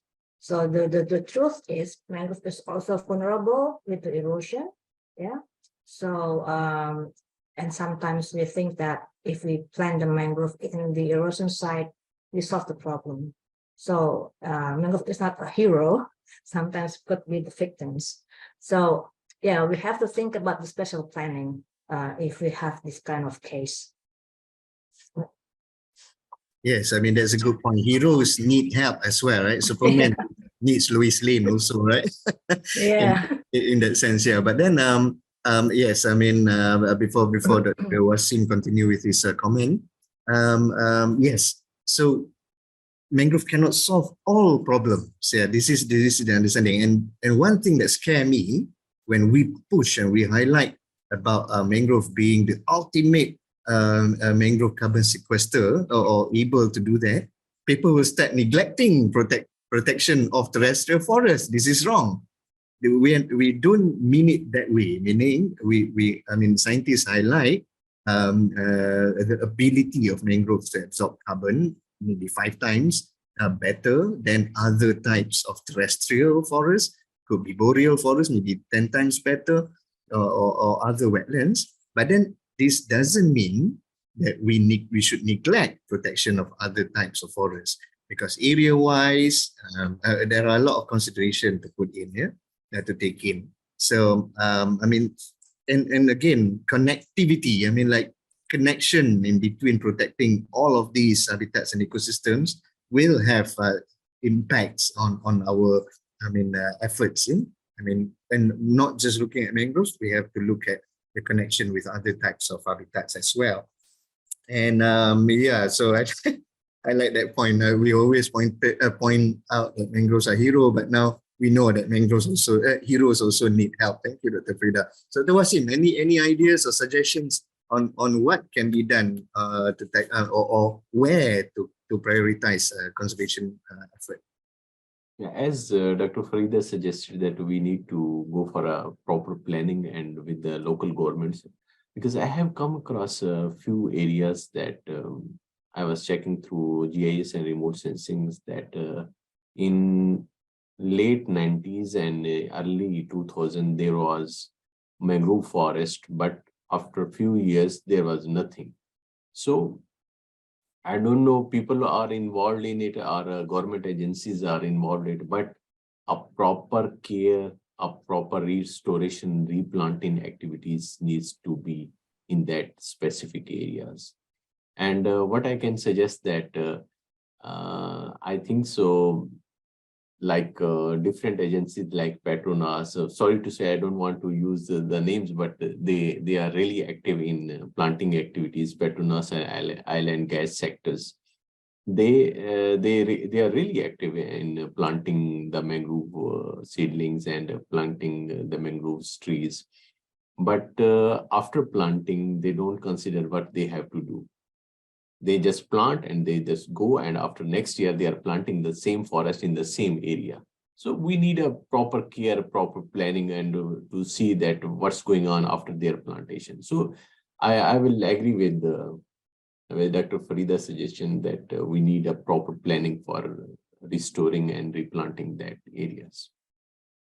Yes, thank you very much, Dr. Wasim, for pointing that out. Yes, I mean, it's after I think about 10 years already, within the last decade, we can see a lot of effort, a lot of initiatives to plant mangrove, as in the effort to restore and perhaps to support the idea of ecosystem restoration. But then after 10 years, we see it as maybe a cliche already, like, I mean, like a day in the mangrove, taking pictures for Instagram or TikTok nowadays, and then bye-bye. So that is not the way to go, right? It needs proper monitoring, it needs proper coordination, if you like. So who should do this? This leads to the question for Luz. I mean, like, Luz, I mean, there is a question asking about, okay, so how can people on the ground, local communities or school children can support in this big effort that you've mentioned, for example, at national or global level? That's one particular question for you. How can they contribute? And there is another question actually targeting, I mean, perhaps you're the best one to answer. Yeah, so how can governments reconcile their international commitments with local development and economical needs? So there you go. So what can local communities, people on the ground do, and what can and how can government now reconcile their international commitments to them, for them to participate? Please, Luz. Perfect. Thank you very much. I agree with you. I think the role of local communities is crucial for mangrove action. So I think some steps or something for having local communities or a role is to having local communities very involved since the very first beginning of a mangrove project, let's say, until the implementation process of these blue carbon or mangrove projects. So I think that's very important, the involvement of local communities using local knowledge. And also, for sure, you mentioned also education, also framing, like for kids at school and local communities to know the value of these ecosystems, why it is important to conserve them, to protect them. And you also mentioned like how to bring these international commitments to the local level. So as you know, like mangrove ecosystems, they have several ecosystem services. So I think it's making the case for mangroves and how if we protect mangroves, we restore them, conserve them, how these ecosystem services can also benefit local communities. So I think highlighting these ecosystem services. And I also saw a question there about, for example, blue carbon financing aimed for creating carbon credits. So I think there is a growing demand also for carbon credits from a variety of voluntary regulatory markets. And this represents a great opportunity for leveraging finance for this type of projects. And for sure, I think right now these markets are very new and they're still developing. But for sure, because I see in the question that if they can be included in an NDC, and for sure, I think many countries are moving towards that way and using these type of markets as a source of finance and including these type of actions in their NDCs. But this is very new. And I just wanted to say that this is just one of the many sources for financing. It's not the main one and not the main way to access for finance, but for sure it's a very growing option. Thank you. Thank you, Luz. Thank you very much. Yes, ecosystem services, as you mentioned, it is embedded in the spirit of an ecosystem. And of course, it should be embedded in the spirit of conservation as well, as you mentioned earlier as well. And this is very good point. And your earlier point of community-based ecological mangrove restoration. That's what we've been pushing for. I mean, it goes back. I mean, we evaluate the services, I mean, ecosystem services because of humans, right? I mean, like, of course, ecosystem plays a vital role for the environment, but then the value is put by us humans, and we want to quantify this. We want to know for sure. And of course, when we restore, we want to get that, right? We want to achieve that. And it cannot be done without the involvement of community. We see actually efforts coming from governments all around the tropics, but then how much can community contribute to the efforts? And because this eventually, ultimately, will come back to all of us, right? The community. So this is very good point that you've raised.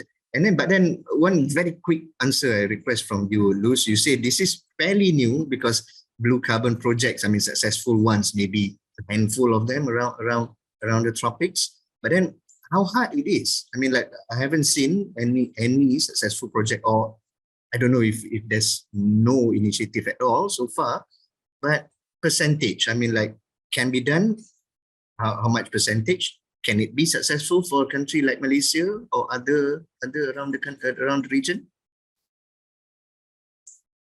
Perfect. Thank you, Dr. Albi. So first of all, I'm not a super expert on the carbon markets, but for sure, I think it is a very interesting approach and can be successful for many geographies. But I think many things, so this is a very new and growing market. So as we all know, carbon markets, they are mandated by Article 6 from the Paris Agreement. This article has just been lastly negotiated in COP27, has been finalized. But there are still some aspects of the voluntary markets that need to still be decided by countries. And for sure, many countries, once they decide to implement a voluntary carbon market, let's say, they also need to establish regulatory frameworks within their national grounds and these entities to regulate these carbon markets. So I think it's something that can have success in many countries, but for sure it requires a whole process at the national ground to set up like the enabling conditions to have these markets. So I think it's a possibility, it's growing and it's still developing. I think right now, as you mentioned, there hasn't been any exchange in the voluntary carbon market, but for sure there are many countries that are going to that way. And I think they are expecting many to have the first exchange of credits very soon for carbon markets. But yeah, very exciting to see how this develops. Thank you very much. Yes, yeah, before this it is always voluntary, but I think many countries are going towards regulatory. And I'm happy to hear this recent news, not that recent, maybe a couple of months back, when our boss, Bursa Malaysia, are pushing for listed companies to go for mangrove conservation and protection through their ESG or CSR, if you like, before. And then, of course, the central bank in Malaysia highlight this important strategy of protecting mangrove. But then, of course, we are still, I mean, I hope that they are in communication with the ministries to come up with solid mechanism for that. And speaking of, thank you again, Luz. And speaking about, participation by communities, there are a couple of comments and questions actually going into a very localized area and apparently a very important area in Malaysia. I mean, two of them are pointed out about Langkawi. So, of course, people go to Langkawi for its nature, for its asset.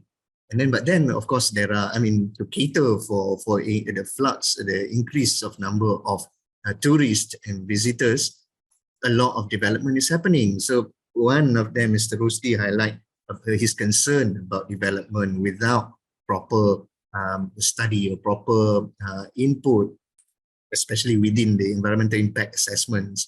So yes, this must be looked at, I reckon. Development. My worry is that EIA normally will be maybe a reason or perhaps just there to allow for development. But then it should go first. I mean, like the idea of protection should go first before thinking about the doing unsustainable development, if you like. Yeah, that should be the way. And then there's another very interesting question. It's targeting me. I mean, it's targeted to me, but I will try to also ask for our panelists to respond to this. Okay, but tell me why we still support so much tourists in mangrove forests, especially places like Langkawi, where the heavy tourism has really affected the mangroves. What's your opinion? So there you go. I mean, like, one of the ways of protecting mangroves is to provide or to get all the ecosystem services that they provide, like Luz mentioned earlier.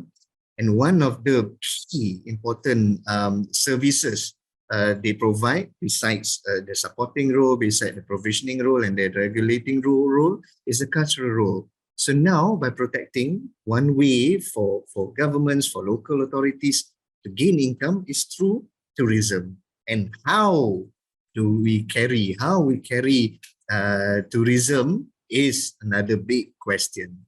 So sustainable tourism supposedly it should be done with ecosystem, with ecology in mind, right? So I think Ms. Puja's question is relating to perhaps how we drive boats in mangroves into a high touristic area, right? So I think Dr. Frida also agree with this, Dr. Wasim, Dr. Ong and Luz agree with this. I mean, like when we drive boat really fast, it creates wake, it creates wave bubbles, right? That promote erosion of the river banks. And this in time will cause treefall and will widen the channels and rivers. It's one direct impact that we have. So how to cater for that? How to deal with this? Minimize the speed, of course. Minimize short excursion, for example, like 1 hour trip. The boat operator will try to go fast to capture numbers, right, of visitors for the day. So we have to restrict this. Yeah, I mean, because the tourism industry depend on these nature resources in the first place. So if we don't have mangroves, if we don't have the nature environment as an attraction, there will be no tourism at all, no ecotourism at all. So think about it. It's a cycle. It's a vicious cycle in this case. Yeah, right. So I hope that answers. Or maybe any response from other panelists, if you want to add on to that. No? Actually, now most of the resort they are practice eco-edu tourism now. So I think this is one of the requirement, like for example, for them to do some like the CSR program. And most of the industry, like for example, like the Petronas and so on, they collaborate with the university to conduct this one. That's why now I think the tourism program actually will be boosted up actually after this, the social science one. Thank you. Yeah, that's right. I mean, that's why STEM is now looking at STEAM to put in the arts, the economic component to understanding ecosystems, and to support sustainable tourism in this case, right? That's why if we are science people, actually, we also need some social science people to complete our, the gap. Actually. Yeah, if you ask me, social science is science to me. I mean, and of course, and the economic perspective of carrying out tourism activities and projects and programs as well. It needs collaboration. It needs input from all stakeholders, I would say. And this leads to our final discussion, I think, on partnership, on the SDG number 17. So now I always highlight like mangroves is a good platform, a base to actually provide for all 17 SDGs. And one of the key SDG that mangrove can play is connecting people, not just connecting land and ocean, not just connecting rivers and seagrasses and coral reefs, but it connects people. For one, it connects all of us here in this webinar today and all of the participants. And secondly is connecting stakeholders. It can be from local communities to government agencies, corporate. So the final question, perhaps again, maybe Dr. Frida and Luz, corporate organizations. So first, Luz, I want to ask you for your perspective from collaborating with people around the world. Are they honest? Corporate sector, corporate organizations, are they honest in doing this, or is it just their ESG just to fulfill their CSR needs? That's one. And then how?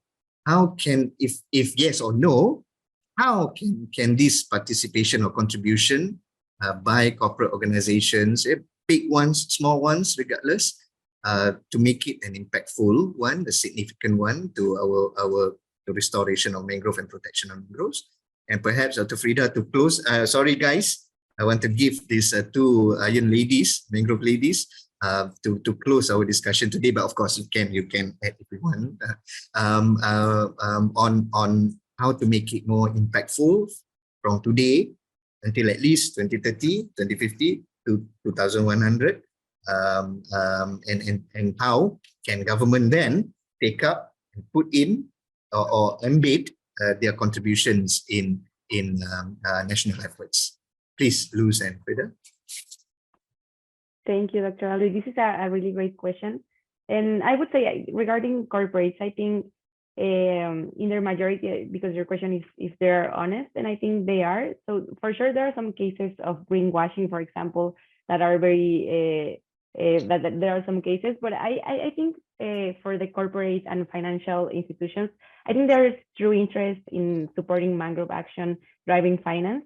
So for example, 2 weeks ago, we had a mangrove breakthrough workshop, and we had great presence from financial institutions and corporations, because for sure we know that they are crucial drivers. I think before, like, some of the action has been very siloed and mainly targeted, for example, for governments or civil society, and for sure we need the action of the private sector, corporates, financial institutions. And I could see at this workshop a lot of interest from private sector, corporates, also banks, in working and mainly in the conversation on how to drive finance to these ecosystems, because for sure, I think there are so many issues for these ecosystems, but finance, I think you mentioned that also, it's a very crucial element to jumpstart projects, to find like sustainability for these projects, because for sure these projects, they don't last 1 or 2 years, so we need sustainable finance.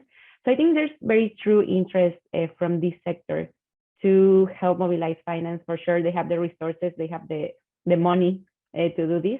So I think there's very true interest from them, and for sure it's now how to do it and how to mobilize this type of actions. And as I mentioned before, we're working on developing this financial roadmap on how to mobilize this type of finance from different sectors, not only the private sector, but also government, civil society, how we can mobilize and leverage of all of the new finance mechanisms and normal finance mechanisms. So I think it's very interesting to see, and very encouraging also to see this very great interest from this sector. Frida, if you want to add on to that. Yeah, I think from the government perspective, like when we talk about mangrove, we can say that it's like a connecting many, like the institution, like say we have many policy related to mangrove, and then institutional arrangement. So now mangrove become like a sexy topics in Indonesia. So we see mangrove not only like the forest, but it's also like the assets, especially when we talk about carbon now, blue carbon. Indonesia is the largest country with the mangrove area. So now we think about not only mangrove to protect as maybe for fisheries resources, but also as assets. And mangrove now, especially for blue carbon, now not only under arrangement of the Ministry of Environment Fisheries and Ministry of Marine Affairs and Fisheries, but also the Ministry of Finance and also the market now think about mangrove. So you can see that how mangrove is like a great asset for this our region. think. So the partnership is really important for multi-stakeholders and then also the government institution as well. Thank you again very much, Luz and Dr. Frida, for your final input. Any final note from Dr. Wasim and Dr. Ong? I have to be fair to the guys, the gentlemen also. Anyone? Wasim? Maybe you want to add on to or final note? Okay, maybe it's perhaps a final round to all of the speakers. Okay, maybe we can start with Wasim. Thank you very much, Dr. Andy, and thank you very much, Academy of Sciences and Mahathir Award Science Foundation. Thank you very much for inviting me for this opportunity. As you know that you are one of my teacher, and I'm really happy that I'm sharing screen today with you. And hopefully you people will organize these type of events again, and we can contribute positively for our mangrove services, for our blue carbon services. And I think so the next hot topic will be blue carbon financing, and hopefully we can also arrange something on it. Thank you very much. Thank you very much. Very good idea. I will relay this information to ASM perhaps, and our colleagues within my mangrove. Maybe we can work on that. And of course, our network overseas as well, with some experiences in doing or carrying out blue carbon projects and of course carbon financing. It is a thing.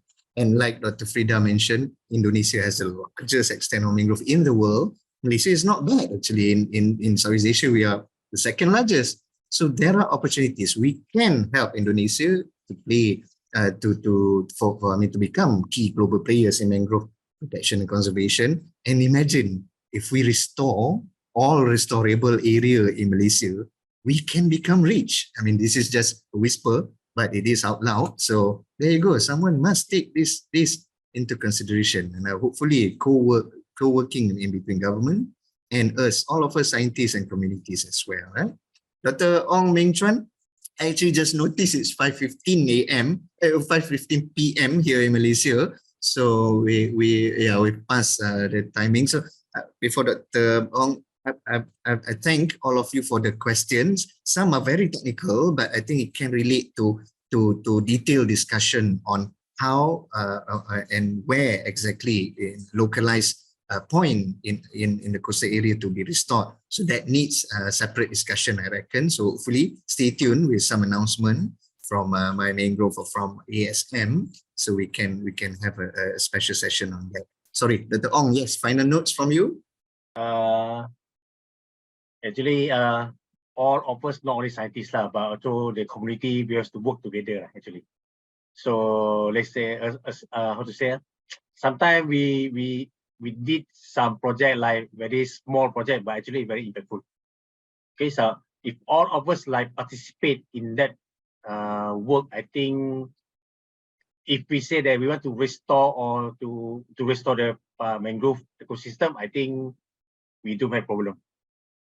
I think so. But we have to bear in mind, because actually normally, as I mentioned just now, normally when they say about the conservation of mangrove, actually they only say planting. But how about if you want to to release some organism, for example, like the crab and so on, to the ecosystem? Because without the crab, actually they cannot. Sometimes the mangrove they cannot grow, because they also need some we can say some of the waste from the organism for the nutrient. In my opinion, I think not only botany people, but we have to work also with the chemistry, the biological, the physical people. We study the current, and then because each area we have the different current, and because like in the east coast of Indonesia and the west coast, actually we have the different. Like in Terengganu here, we have the monsoon season, so they have a different way how to protect the mangrove actually. So we work together to see what we can do for next actually. Sure. Thank you very much, Atong. I think we achieved the objective of the webinar hosted by ASM today to connect all of us. But then I would like to attract your attention to why actually the Malaysian Mangrove Research Alliance and Network were formed in 2016. This is the idea. I noticed all of us working like in small groups in our universities or maybe research institutions, maybe less communications then. So now we have to use this. Of course, I mean, it is a social network of scientists. We normally meet at conferences. We normally read our journal articles from other researchers, but that's not enough. We need to communicate regularly, and that's the idea of My Mangrove actually. So maybe we will make it formal. And I don't know, maybe from 1, 2, 3, 4 of you, although two based in Malaysia, the other two are foreigners. But what do you think if I want one of the outcome or output of this, outcome of this discussion? How about proposing to the government through maybe Academy of Science Malaysia, let's create a center of excellence for mangrove. What do you say, Dr. Wasim and Dr. Ong? Do you agree? Okay, I see heads nodded. Luz and Frida, if you hear about this news of Center of Excellence in Malaysia, do you like the idea? Do you want to collaborate with us?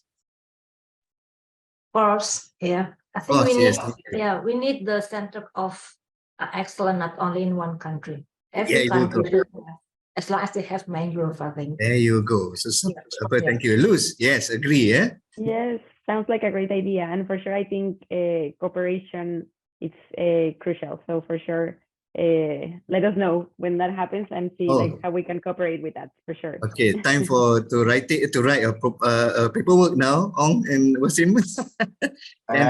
Maybe the Mahathir Science Award Foundation and also the Academy of Science Malaysia can have some grant. Oh, there you go. All right. So so that should be one of the key points of the COE. But then of course it will be supported by all of us through Mangrove, supported technically and then later financially and perhaps governance. We have to discuss on that as well. And that will answer one of the questions. Actually, I saw a question about how can they do it? How can they restore? How can corporate join? So there you go. They find the moment who to go to. Of course, they will assume forestry department maybe in their district or in their state. Yeah, but then of course they have their things to do already and not focusing on perhaps restoration at the moment. Yeah. So there you go. So by creating this opportunity through perhaps like you mentioned, ESM, MSAF, and the ministries, the Ministry of Higher Education, Ministry of Science, Ministry of Environment, Natural Resources, and Climate Change. So there is an opportunity. So I'm happy for nods from today's discussion. And I reckon, okay, final word from Luz. I'm sorry I miss you. Thank you very much. Just very happy to be here, to be able to join this very great conversation. And I hope I can be invited to future conversations. But thank you very much. Okay, and then Frida. Terima kasih. And thank you very much. Hope to see you again in mangrove forest in Malaysia or Indonesia or somewhere mangrove forest in the world. Correct. Thank you very much. Yes, that's our mission to visit all the mangroves in the world. That's one thing.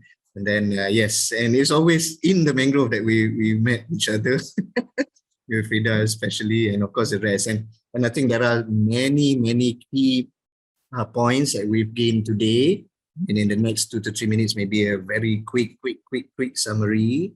I think as we all agree, I reckon, protect first, yeah, and then plan our restoration, and then double protect it, and then let's come up with this special mechanism, not only for finance, and we now know the concern from even researchers. Yeah, researchers are doing their own thing as usual. The traditional way from hundreds and thousands of years already.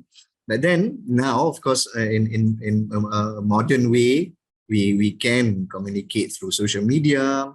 So if you are interested in contributing to mangrove research and conservation, My Mangrove is a platform at the moment that you can go. You can search us on Facebook, the Malaysian Mangrove Research Alliance and Network.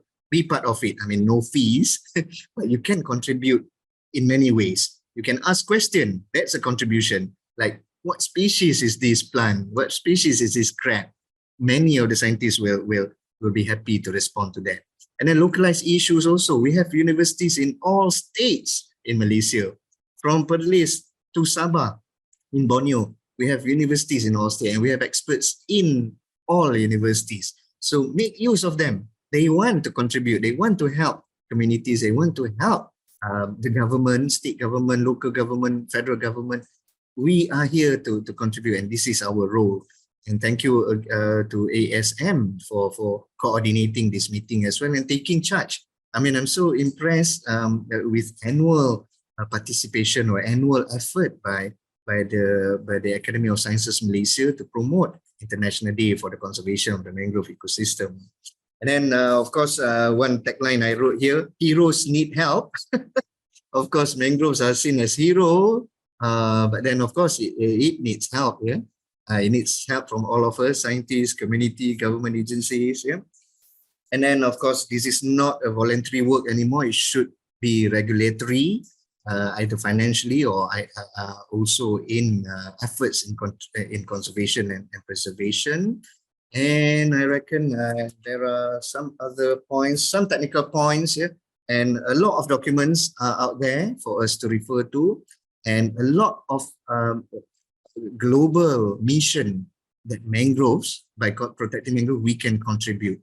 As highlighted by Luz earlier, also United Nations, UNFCCC, UNCBD, UCN Ramsar program, and other UNESCO program. We can, I mean, through this COE that we've proposed just now, we can work on highlighting the importance of mangrove, perhaps to have more World Heritage sites, natural World Heritage sites in Malaysia. When we protect an area, we actually are protecting the communities as well. That's the same mission with Ramsar, that's a mission with Global Geoparks Network, that's a mission of Man and Biosphere Reserve Program. So these are all available for all of us to work on here. All right, so I think we've heard enough, and of course there are always things to discuss, things to ponder, and there are always questions to be asked as well. So I mean, we are here. I mean, I think all the speakers have already shared their contact details in the chat, or perhaps you just Google them. These are all famous people: Luz, Wasim, Ong, and Frida. I mean, you can just Google them and you can find them. And not just them, there are perhaps a small group at the moment of mangrove scientists in Malaysia and throughout the world that we can refer to. And of course, we are happy. We are here to assist all of you academically and perhaps in other conservation works as well.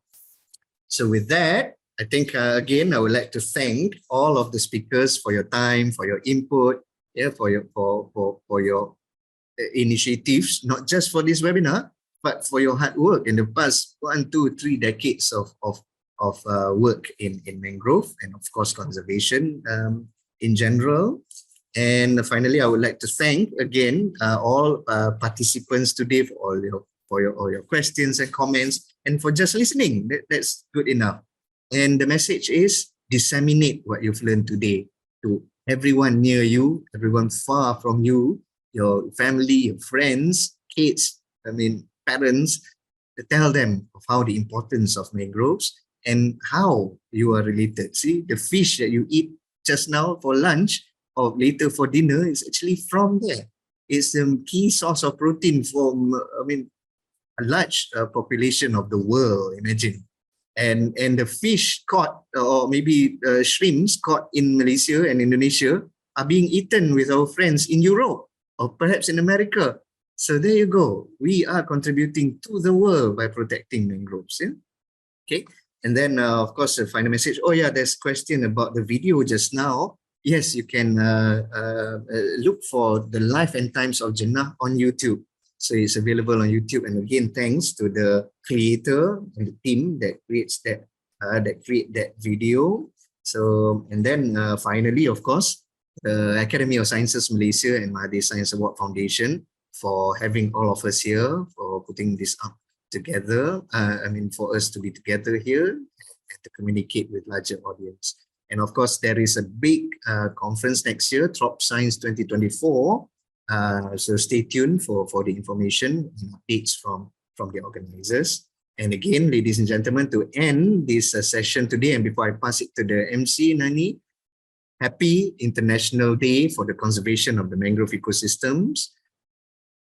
Do your best to contribute and enjoy the mangroves near you. If not, travel to the tropics to enjoy our mangroves. Yeah. Okay. So with that, thank you very much, ladies and gentlemen, fellow panelists, and all of you participating in the discussion today. I hope this has been very beneficial for all of you. And again, thank you very much. Have a nice day. Back to you, Nani. Thank you so much, Dr. Aldri. Well, it is very insightful and very interesting, and I would like to thank everyone for joining us here today. I'm sure the participants enjoyed it as well. Thank you so much to the speakers. Thank you so much to the participants for attending from all over the world, making this program a success. I would like to remind the audience that this webinar is a pre-conference event of the International Conference on Tropical Sciences 2024, like Dr. Aldri mentioned. We have more pre-conference webinars coming soon, so please join us next time. And if you would like to watch the recording of today's session, you can check out our YouTube channel. The link will be sent through your email. Goodbye until next time. Thank you. Bye.